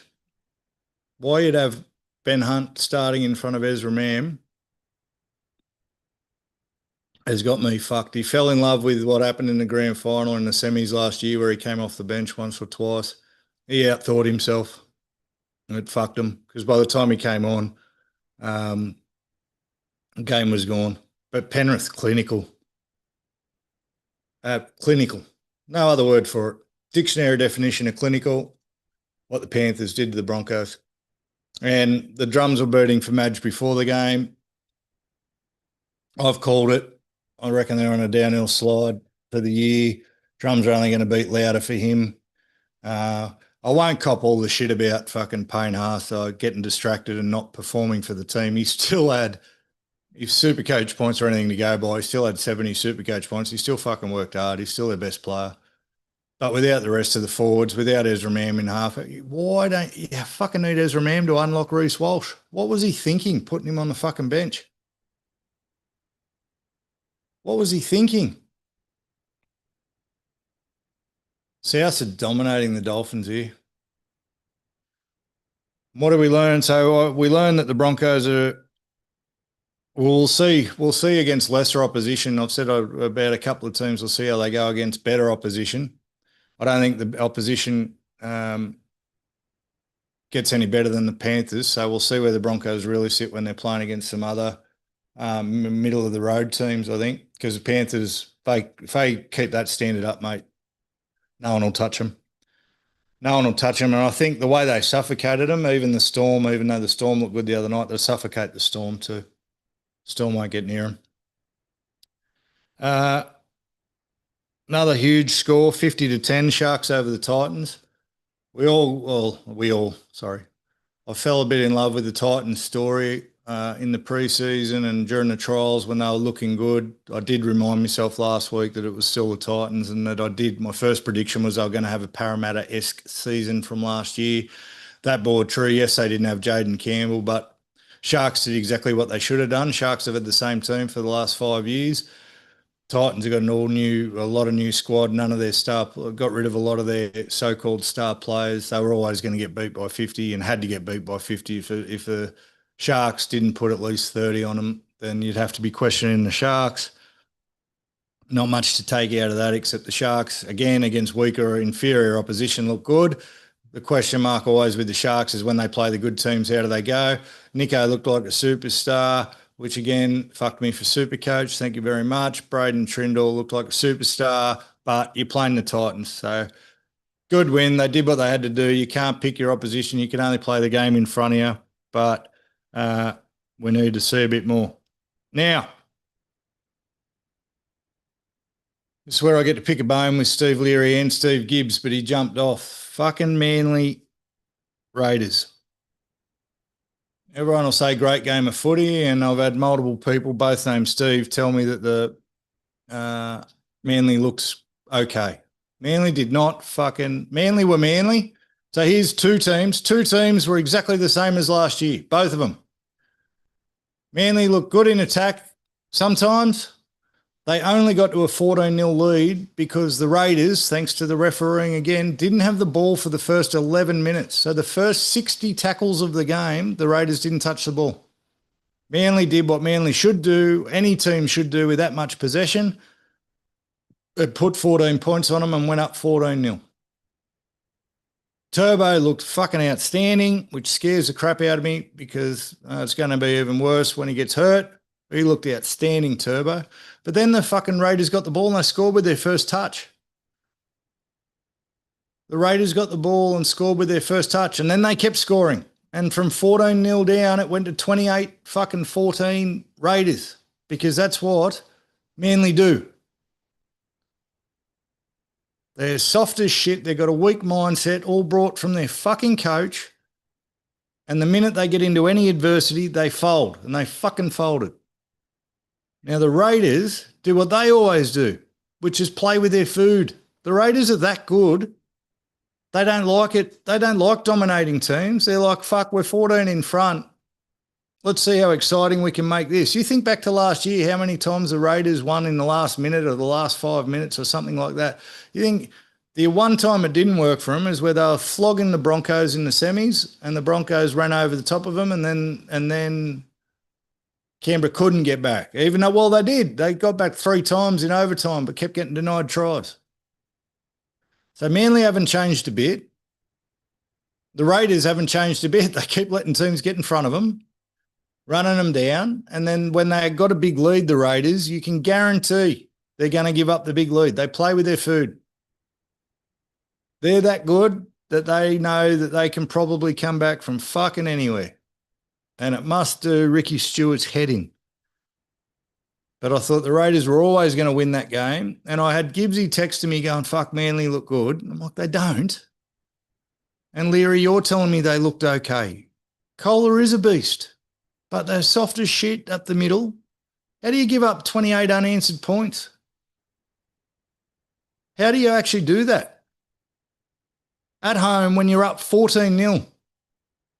Crowd started walking out. They went from the loudest crowd in history. I don't know if you noticed on TV, but fuck me, it got quiet. They're standing there in the pissing down rain and watch you give up 28 unanswered points because you had a bit of adversity. They left Joey Walsh on the bench. Jamal Fogarty had a couple of chances to step up and win the fucking game. He wouldn't do it. And I heard one time, I agree with him, Gordon Taylor say on radio today that he's scared to pull the trigger. That was his whole point at the Raiders. That was his whole problem. Someone asked me on socials whether I thought he was a good buy. He's not a bad buy, Fogarty, but he's not going to win you many games. He's not that guy. He had a chance to kick a fucking penalty goal. He only just got that penalty goal from 30 out. He had a couple of chances where he could have fucking gone down the field and kicked a field goal. Didn't pull the trigger. Didn't want the responsibility. Doesn't want the responsibility.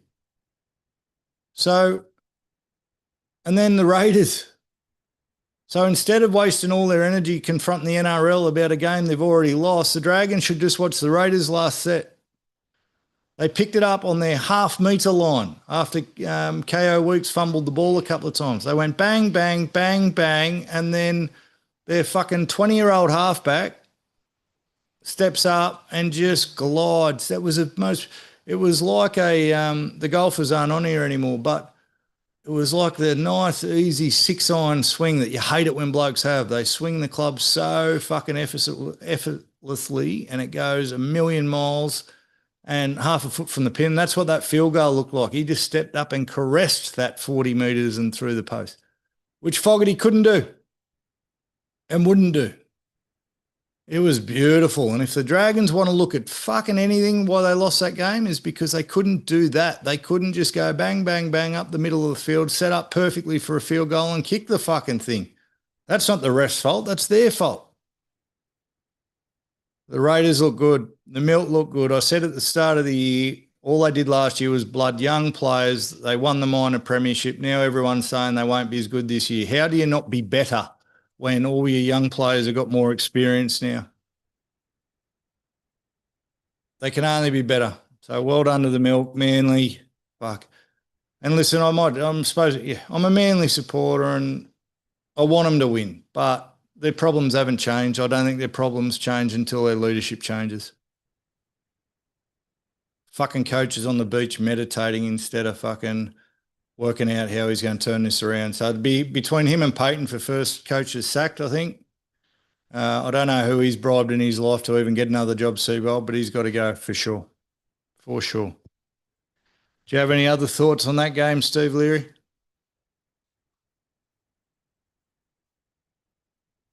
South nearly got the 30 points I said they'd get, and the Dolphins are on a comeback here. You watch it be 30-24.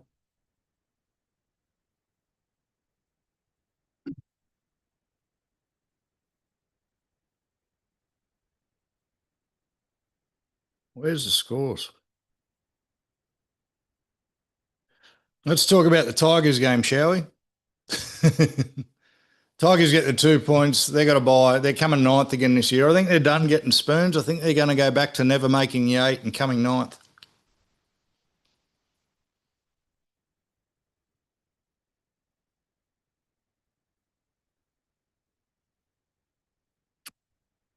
So I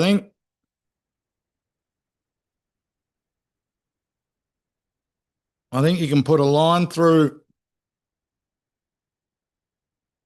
You can obviously put a line through the Titans, the obvious ones. I think if they got that sort of performance in them, you kind of got to put a line through the Eels doing anything substantial this year. They had huge problems. Huge problems. I think the Warriors are going to excite people as long as they can stay healthy. The Roosters are a huge what the fuck. I don't know what happens there. I'm already regretting picking them as second.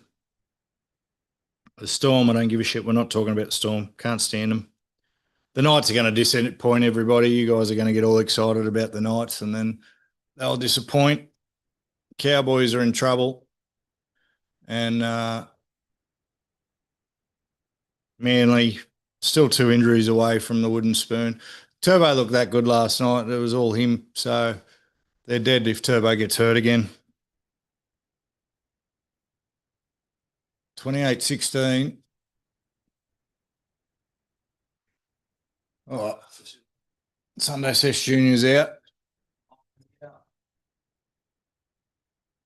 Hey? Yeah. All right, mate. Thanks for coming. Loved a Grando for me, huh? Pardon? Tell Grandy I'm thinking of him. Yeah.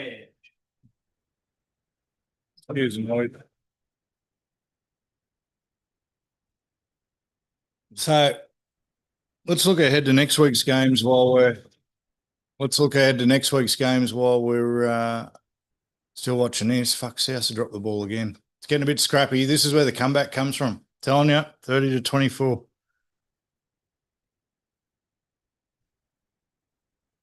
All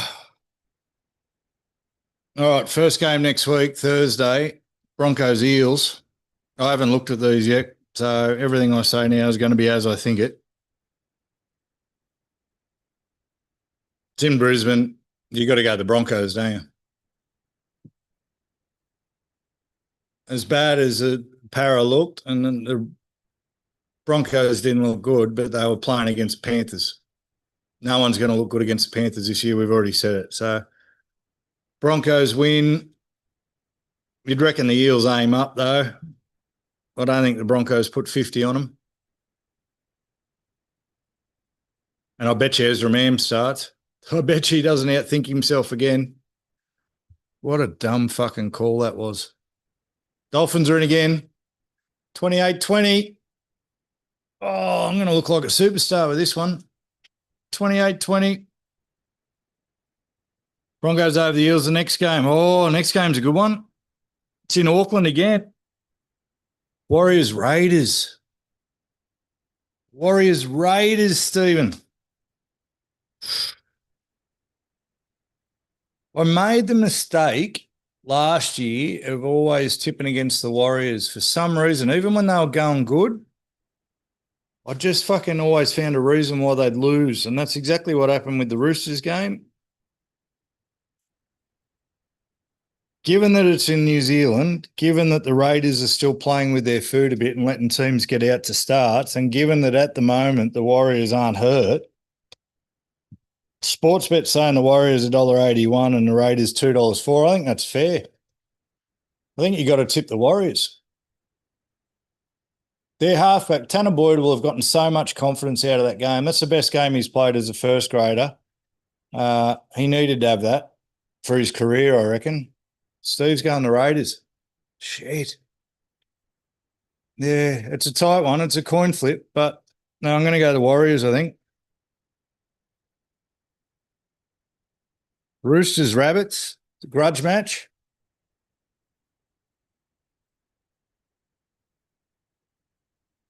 Well, I think you got to go the Rabbits based on what I'm seeing up here. Although,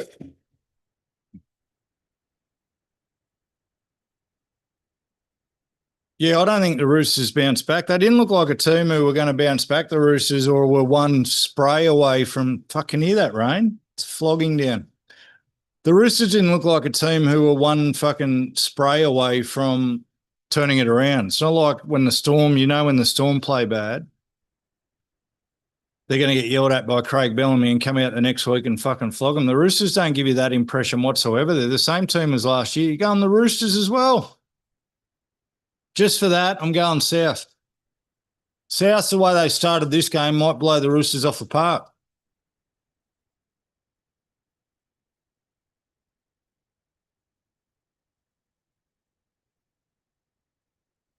Souths are leaking a lot of points in this game. They're always going to leak a lot of points in this game. The Dolphins can score points. The Dolphins were putting 50 on everyone at stages last year. It was always their defence that was going to struggle. So I think at the moment the Dolphins might be better opposition than the Roosters for South. I haven't seen, has anyone gotten hurt for the Roosters yet, Steve? If it's the same teams that start in these games as next week, I'm going to go South. I think I said it. You got to be on South until they start getting injured. They look good. They just won't have the depth. So why don't? And listen, I'm going to say this too now. I reserve my right to change my tips after Teamless Tuesday. If people are getting hurt and things happen by Tuesday, I reserve the right to change my tips. Thank you very much. Oh. Next game's Tigers-Cowboys. Tigers. Rabbits halfback's gone. Ah, fuck. Gone. What happened to him? Steve's just in the chat telling me the Rabbits halfback's gone. That's why things change. That's why they haven't scored any more points. So Tigers get their first run of the year against the Cowboys. It's at Leichhardt. Oh. Tigers by 20, you reckon? Tigers by 20 against the Cowboys at Leichhardt. First time seeing the Tigers. They look good in the trials. Everyone else who's looked good in the trials has gone like absolute bustards in round one, and I've over promised. So will say that the Tigers are going to beat the Cowboys by 20. The Cowboys are fucked. Cowboys are fucked. Tigers will see how they're really going, but I'm keen to see the big winger, Makasini. Early comparisons to Jonah Lomu. Who are we kidding? I've got the Tigers winning that 26-6. 26-6. Dragon Storm. Wow. It's a Sunday Sesh hate match. My two most hated teams. Storm will put 30 on them. Storm will put 30 on them. Who you got, Roosters, Cowboys, Steve? You haven't fucking put Tigers, Cowboys. You haven't put your fucking tip in. I don't think we've got to say much about the Dragons and the Storm. Storm will put a cricket score on them. Dragons can get fucked. Panthers, Sharks. See, this will test the Sharks form. So the 50 the Titans put on the Titans was against the Titans. Now we're going to see. I said we'll find out. Dragons with the upset 7-6. How much do you hate the Storm?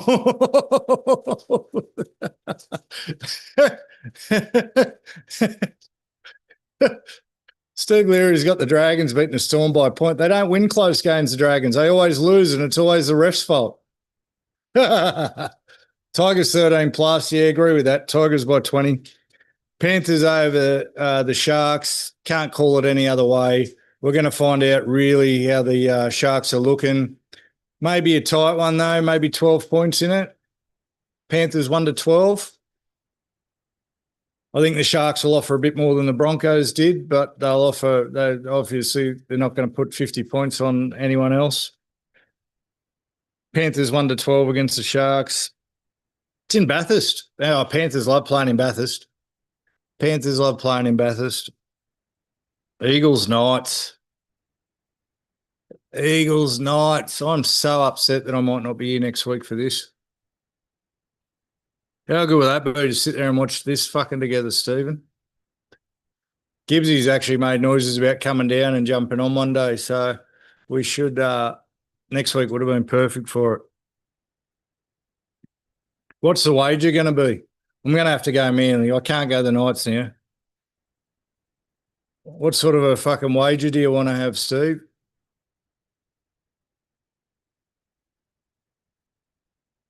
I've got no confidence whatsoever. They're playing at 4 Pines.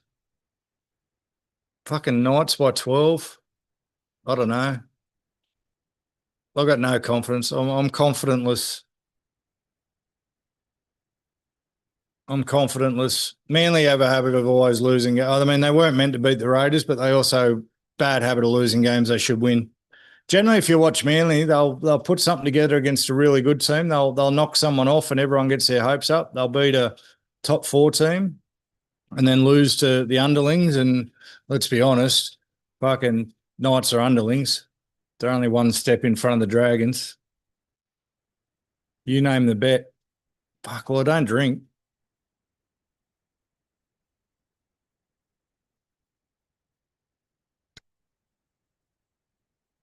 We'll put 20 on it. You want to put $20 on it, Steve?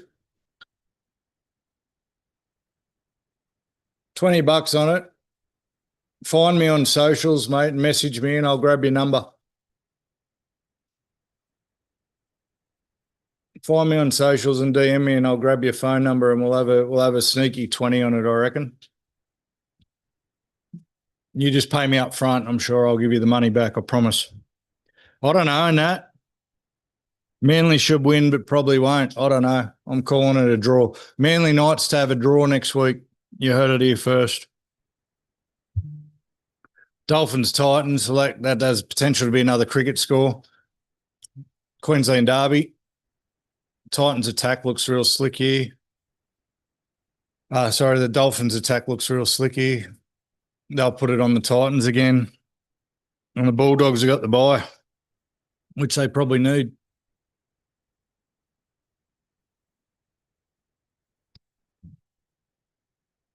I reckon, yeah.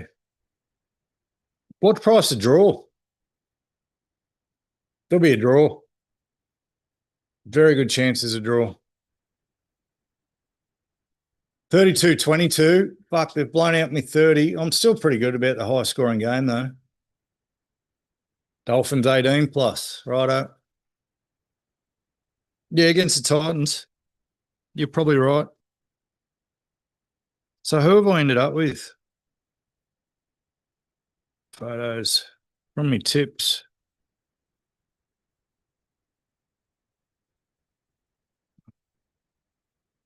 One, two, three, four. The rabbits get up here, Steve. I've got 5. Got the Cowboys wrong, got the Eels wrong, got the Roosters wrong. And I had Sharks, Raiders, Rabbits. Would you ever tip against the Knights, Steve? I don't think, if you're in a tipping comp, especially if you're in a tipping comp for cash money, I don't think there's anything wrong against tipping with you against your team. You got to use your head in these decisions. If you're compete, because you know what? I've already had me brother. Here's why you fucking do it. Because I've already had me brother in the cash tipping comp I'm in, send me a screenshot of me in last place. And so when every dickhead that you're in a tipping comp with is going to be a dickhead and bag you for losing, you got no option than to tip against your team if you think they're going to lose. It's not doing anything sacrilegious. You're not supporting them. As I already said before, a lot of the time I tip against Manly because I'm the biggest mock in history, as you can tell by the shirt. I made a bloke crash his Formula 1 car today before the start of the race. That's how powerful the energy is in me to mock. So if I'm tipping against your team, it's a fucking good sign. Let's look at the evidence, Steve. And it's always with people that I know or have a relationship with. If I never knew you and I never knew Gibbs and we hadn't been having these talks, the Knights never would have won. The Knights never would have won. But because I got on me high horse and because I put my chin out there to get punched, I fucking put the mock on the Cowboys. So I apologise to Todd Payton and his team. Every time I carry on like a good sort, every time I get cocky, the universe says, fucking wind your head in, you blowfly, and it puts me back in my place. And that's to your fucking betterment, Steve. So you should be thanking me. So I don't know where the mock energy lands now that I've said Manly Knights a draw next year. I don't know next week. I don't know how the mock energy goes with that. Unbelievable. You always should tip with your head. It's a competition, mate. We're not there to give fucking participation trophies. Bet with your head, not over it. Yeah, good call. Is it raining in the Hunter Valley, Steve? It's fucking flogging down here. Flogging down.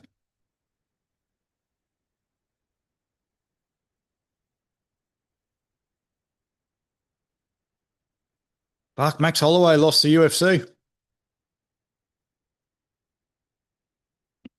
So according to the UFC, Charles Oliveira is now the baddest motherfucker on the planet. He won the BMF title against Max Holloway. Couple of guys not at the peak of their careers, given a made-up title to keep things interesting. If that doesn't tell you, I've said before, like I love the UFC and was right into it when there was one card a month. They've saturated it now, and to put an actual UFC title, UFC 326, and that be the main fight, they're struggling to fill the roster. They've just named the card for the White House fight, the next card. Well, there's a card in June at the White House because Donald Trump's a lunatic. At the risk of getting me barred from ever being allowed into America because they check your social media now, Donald Trump, obviously a lunatic, is putting a UFC card on at the White House, for those who didn't know. And all the talk and all the bullshit that was Conor McGregor was going to make his comeback. Well, they've named the card today. No Conor McGregor. A lot of good fights. A lot of really, really good fights. Stacked card, which is probably why this one had to be because that's only June. We're in March. So, yeah, they couldn't have any of the big names fighting in this card or the next couple of cards. So expect the next couple of UFC cards to be a little bit how's it going because they've saved them all for the fights at the White House. They're going to put 40 on here. Come on, the Rabbits. Do you watch the fight, Steve?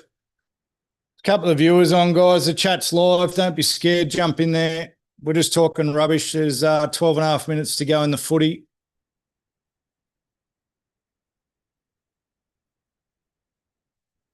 I think the gorilla disappeared a while ago. Oh, spilled the beans. Here we go. Latrell in. Cody, try assist. How many points is Cody on in Supercoach?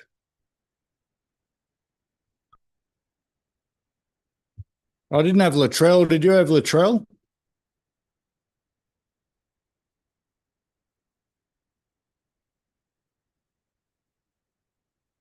Yeah, you just couldn't pay for today's card, I don't reckon, Steve. Like, it's $60 a pop. I know you're a tight ass, but I know you weren't in the tight ass list. You weren't a Channel 9 guy. You're a KO guy. I take it back, mate. Sorry, we're friends again. We're not feuding. But you can't pay $60 for every card when they're not all top notch. It's my problem with boxing too. Fafita's got 62 points. Cody Walker's on 83 points. That was a good purchase. And he hasn't torn his calf. I had Cobbo. Cobbo's got 52. Jermaine Osako, a bit of a letdown. How's Osako? They've scored 22 points and Osako's only on 38 Supercoach points. Flegler only 22. Fuck. Is Flegler still on? Did they start with him? 22 is not a lot. Tell me he didn't get hurt again.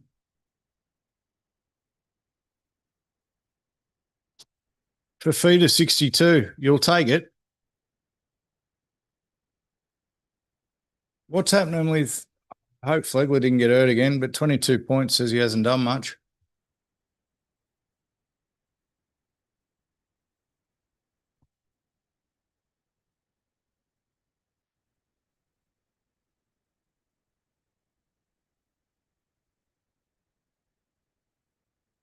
What do you got on this week, Steve?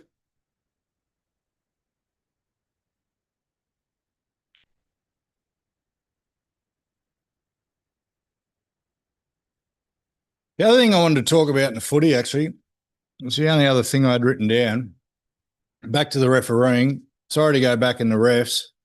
But so in Vegas, Kalen Ponga gets fucking decapitated. The bloke gets sin-binned, and I think he's missing 2 weeks because of it. But they don't take Ponga off for a HIA when he probably should have been done for the game. And he stays on. I think he scored a try and kicked a goal not long after it. Then in the Bulldogs game, Stephen Crichton takes the bloke's head off, which we're not worried about because it was a dragon, so all power to him. Doesn't get sin-bin. I think the bloke went for a HIA. Bloke went for a HIA. Doesn't get sin-bin, doesn't get charged. Then in the Parramatta game, bloke gets crusher tackle, clearly pressure on the neck, no contact with his fucking head, gets taken to the HIA, taken off the field for a HIA. So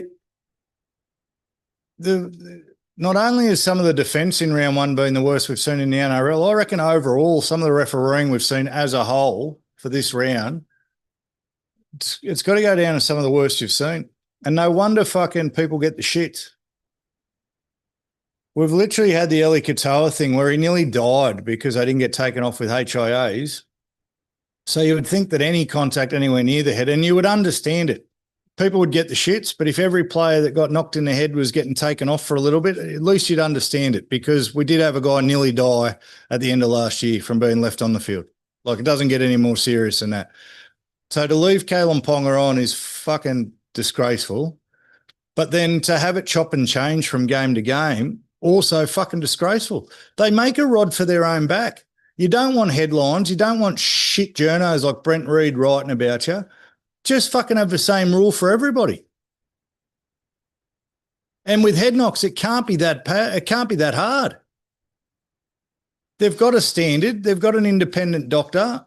Just take everybody off. People would at least understand. You take everyone off, you come, and then when people blow up, they go, look, we're really rattled by what happened with Ellie Katoa at the end of last year, so we're going to err on the side of caution. I don't think anyone would have too many complaints. But to leave Kalen Ponga on the field when he nearly had his head completely taken off his shoulders, he got fucking hammered and they left him on the field, but then they take the Parramatta bloke off who didn't get touched in the head. That's where people blow up. That's where fucking people blow up. Yeah, Flegler's back on. There's only 9 minutes to go, though, so he's not going to get the 50 points I need. And I don't know what the NRL does about it. I don't know how it's that hard. Ruining careers, ruining people's health. A bloke nearly died and you're going to leave Kalen Ponga on the field? You're going to suspend Braden Burns for 2 games because he's somewhat of a no-name, but you don't even sin bin Stephen Crichton for what he did? And I can't remember the timing, but was it late enough in the game where if Crichton was sin bin, he doesn't kick that field goal? Probably wasn't that late in the game. But the ramifications of this garbage, and then, yeah, for the Raiders to not touch the ball for the first 60 tackles of a game, something's inherently wrong with the game for that to happen. For a Parramatta bloke to throw the ball 2 metres backwards and it be called a knock on after being checked by the bunker, something's inherently wrong with the game for that shit to happen. And it's only fucking round 1. And you'd love to watch some good footy without talking about fucking referees. And I'm sure the referees don't want to be talked about. So just do your job. Sure, they don't go home at the end of start every game going, geez, I hope there's fucking headlines about me. But they fucking do it to themselves. So too fucking bad. You wake up in the morning and decide to be a referee. You know what's coming. 40-22. The boys are on.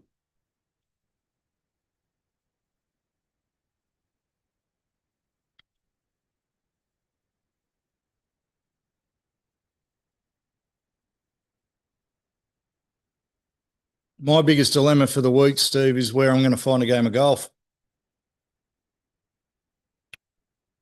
Because my weekend is booked. Keep an eye out, mate. Well, you're going to message me later anyway. Find me on, find the Sunday Sesh on Insta or on TikTok. Message me and I'll reach out to you, mate, and we can swap numbers so we can have this bet. Because once we've shaken hands, by the way, so it's a bet. I'll let you know whether we're going to be on next week at 4 o'clock or what time, because I fucking want to be here. I want to be on maybe I can do it. I might be able to do it straight off my phone, live while I'm driving up the M1. That'd be an interesting podcast, wouldn't it? I want to be on for our 40-all draw. 40-all draw, Knights and Manly. They're getting upset. Fafita's getting upset. Or Feuda. So the problem is with me handicap, Steve-O, I'm going to keep talking about golf even though you probably don't give a shit. I've only got 3 weeks left to get it down, and getting a whole shot off. Like I've gotten 4 shots down in 3 months, but I've got to get a whole shot off, pardon the pun, in the next 3 weeks to reach my target. I'm missing a whole week because it turns into 2 weeks without swinging a club. So if I don't play next weekend, it turns into 2 weeks without swinging a club, and the big double sin bin because they were saying nasty words to each other. Glad Peter Goff got rid of the dirty mo. He lives 4 streets away from me, Peter Goff. Loves getting out around doing the loop of our suburb in all his NRL gear. Never leaves the house without his NRL gear on, I can tell you that much.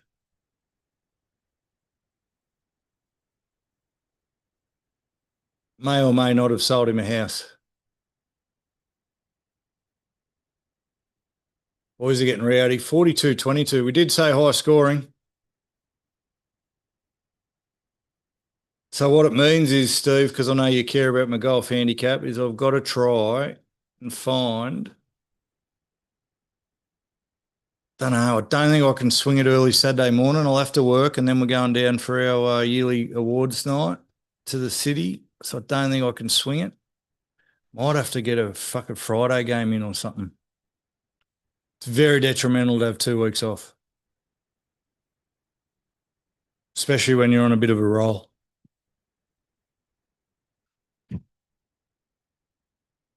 I'd batten down the hatches up there, Steve, mate. We've just been hit with about 100 mils of rain in 20 minutes. We've just been hammered.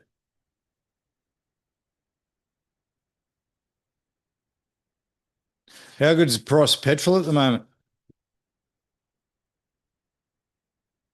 Suck day Friday. Yeah, oh, mate, it's a bit hard to have a sick day when you're the boss. It's very hard to have a sick day when you're the boss. It's also very hard when everyone fucking knows you. Very hard to have a sick day and end up on a golf course. Going to get found out, especially on the Central Coast. Someone's going to see you that knows you. It should be easy to have a sick day when you're the boss. It's not fucking so. Open a business, they said. It'll be fun, they said. You'll never get a day off for the rest of your life. Souths are going to go in again. What about the scores? Yeah, $2.27 for petrol. Is that just the E10?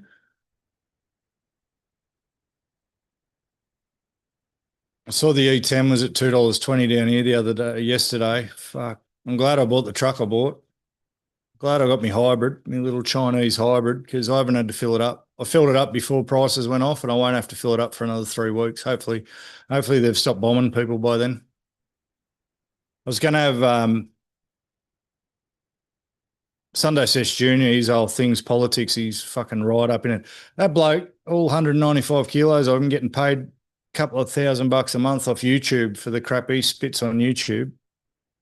But yeah, very political, loves it. He's at uni doing political stuff at uni too, but he can tell you the whole war, can tell you why they've done everything they're doing and what's going on. I said to him, why did Iran just launch missiles at everyone around them? Why would you get attacked and then go, okay, I'm going to attack 20 fucking countries around me? And what he explained was that he's doing it so that the US have to, they're doing it so the US have to defend all of those 20 countries, which weakens their defense of Israel. So there's some method to their madness, apparently. I would have thought just keep the fight one-on-one rather than pick 20 blokes. I don't know about you, but whenever I was going into a punch-on, I'd rather it one-on-one rather than 20-on-1. But then that made sense. That's a smart play. Shoot a missile at everyone so that the US has got to spread everyone out, and then they can get in on Israel. So that's what I was going to get him to explain, actually, but I was too distracted by ruining Oscar Piastri's Formula One career to get him to explain it.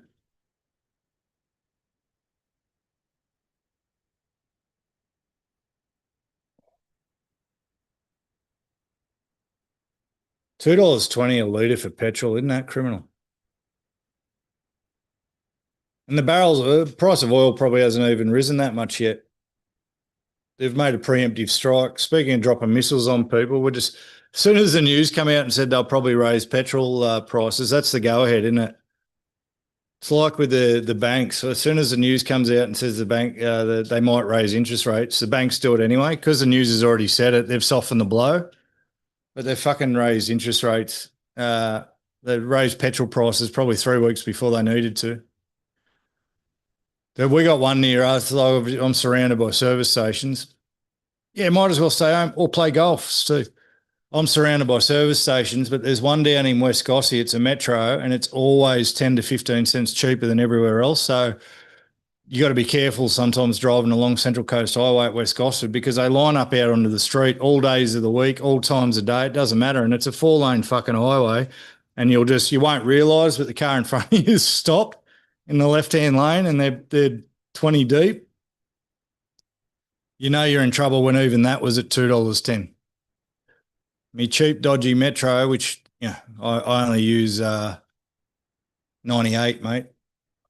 I only use the premium stuff because, premium kind of guy, so I don't go to the cheap, dodgy Metro anyway. But you're in trouble when the dodgiest place there, probably the petrol's half filled with water. That's still $2.10. Well, that water's not cheap either. Where do they get off charging like $6 for a bottle of water now at a service station? That might be a feud. The fucking price of bottled water is off its head.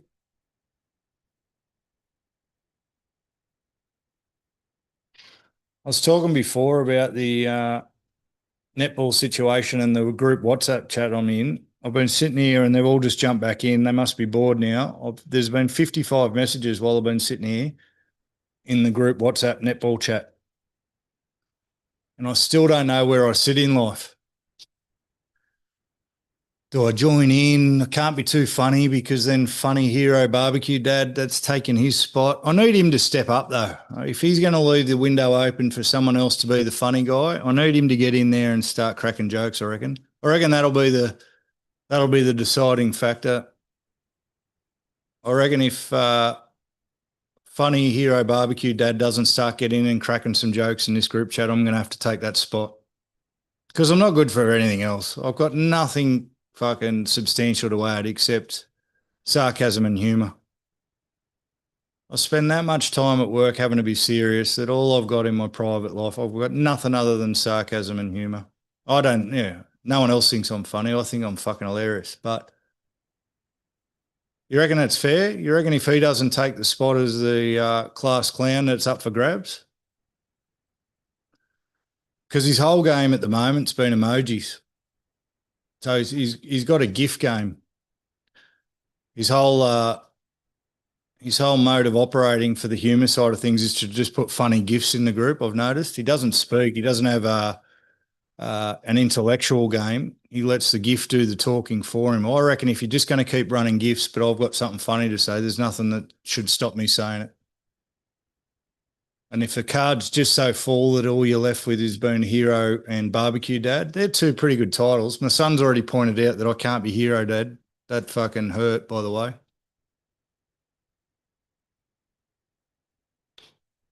Can't have three. You can't have three titles. 2.5 minutes to go. It's 40-26. Weren't far off with the prediction, Steve. I said 30-24. 40. Oh, they're in again. 40-30. Is that a Zarko? Thank God for Supercoach.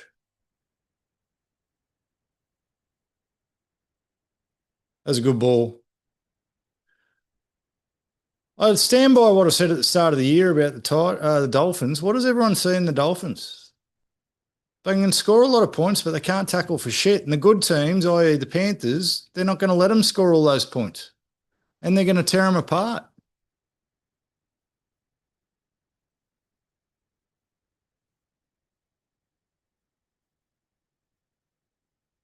You're giving me no advice on this netball situation though, Stu. I'm a bit disappointed in that. If anyone else is watching and can get in the chat, I need help with my netball situation.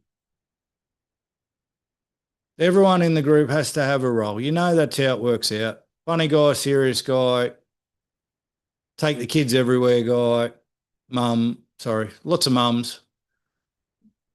But for those who didn't hear at the start, there's only one other dad who seems to really take part. My wife's put me in the group chat. She wants me to contribute.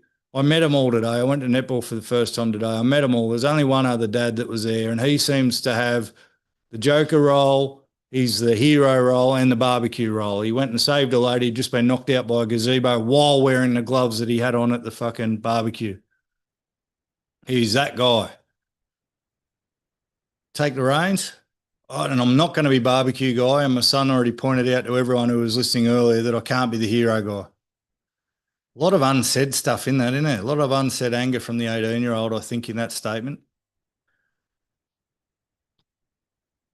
So I've got to fit in somewhere, and all I got is cynicism and sarcasm. And it's very easy to have cynicism and sarcasm at netball. Oh, fuck yeah. Place is full of it. You know what it's not full of? Smiles. I've never seen so many frowns in one place ever. Fucking netball. Will take themselves so seriously. They're 11. It's under 11s. It is funny. You know what you can tell when you're at the netball? The fucking fathers who wish they'd had a son. and probably haven't. You get to see all the dads that really wish they had a son. They're fired up, mate, or they wish they were standing on the side of a footy field. They wish. And they're going to put all that pressure and all that. They're going to bring the footy field to their daughter.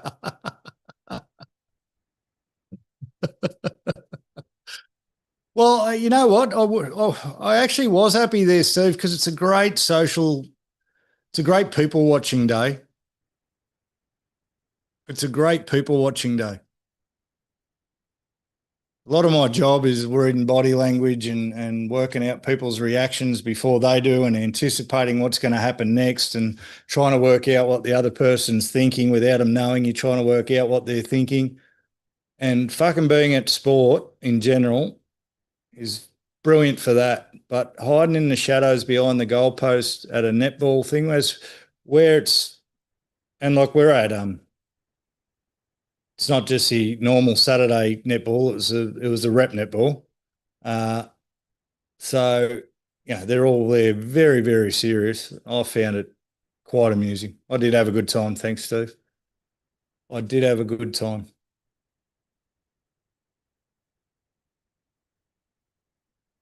I've got two boys and a girl, and the two boys, Jack, who's 6'6" and 140 keg, should have been a footy player, but his mother didn't want him to turn out like me, which is fair play to her, so she didn't let him play when he was a kid.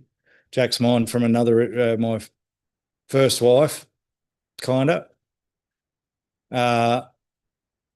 So he was never pushed into any sport. I didn't really have a say in the matter.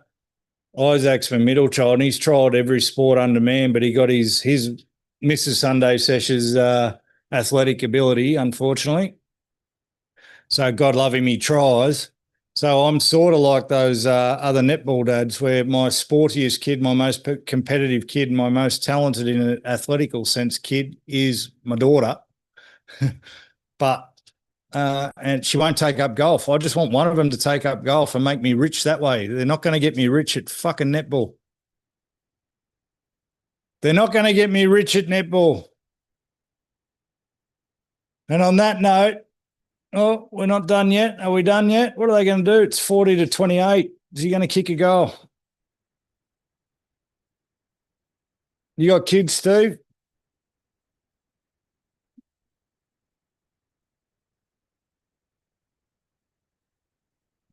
They're going to take a kick a goal for 40-30.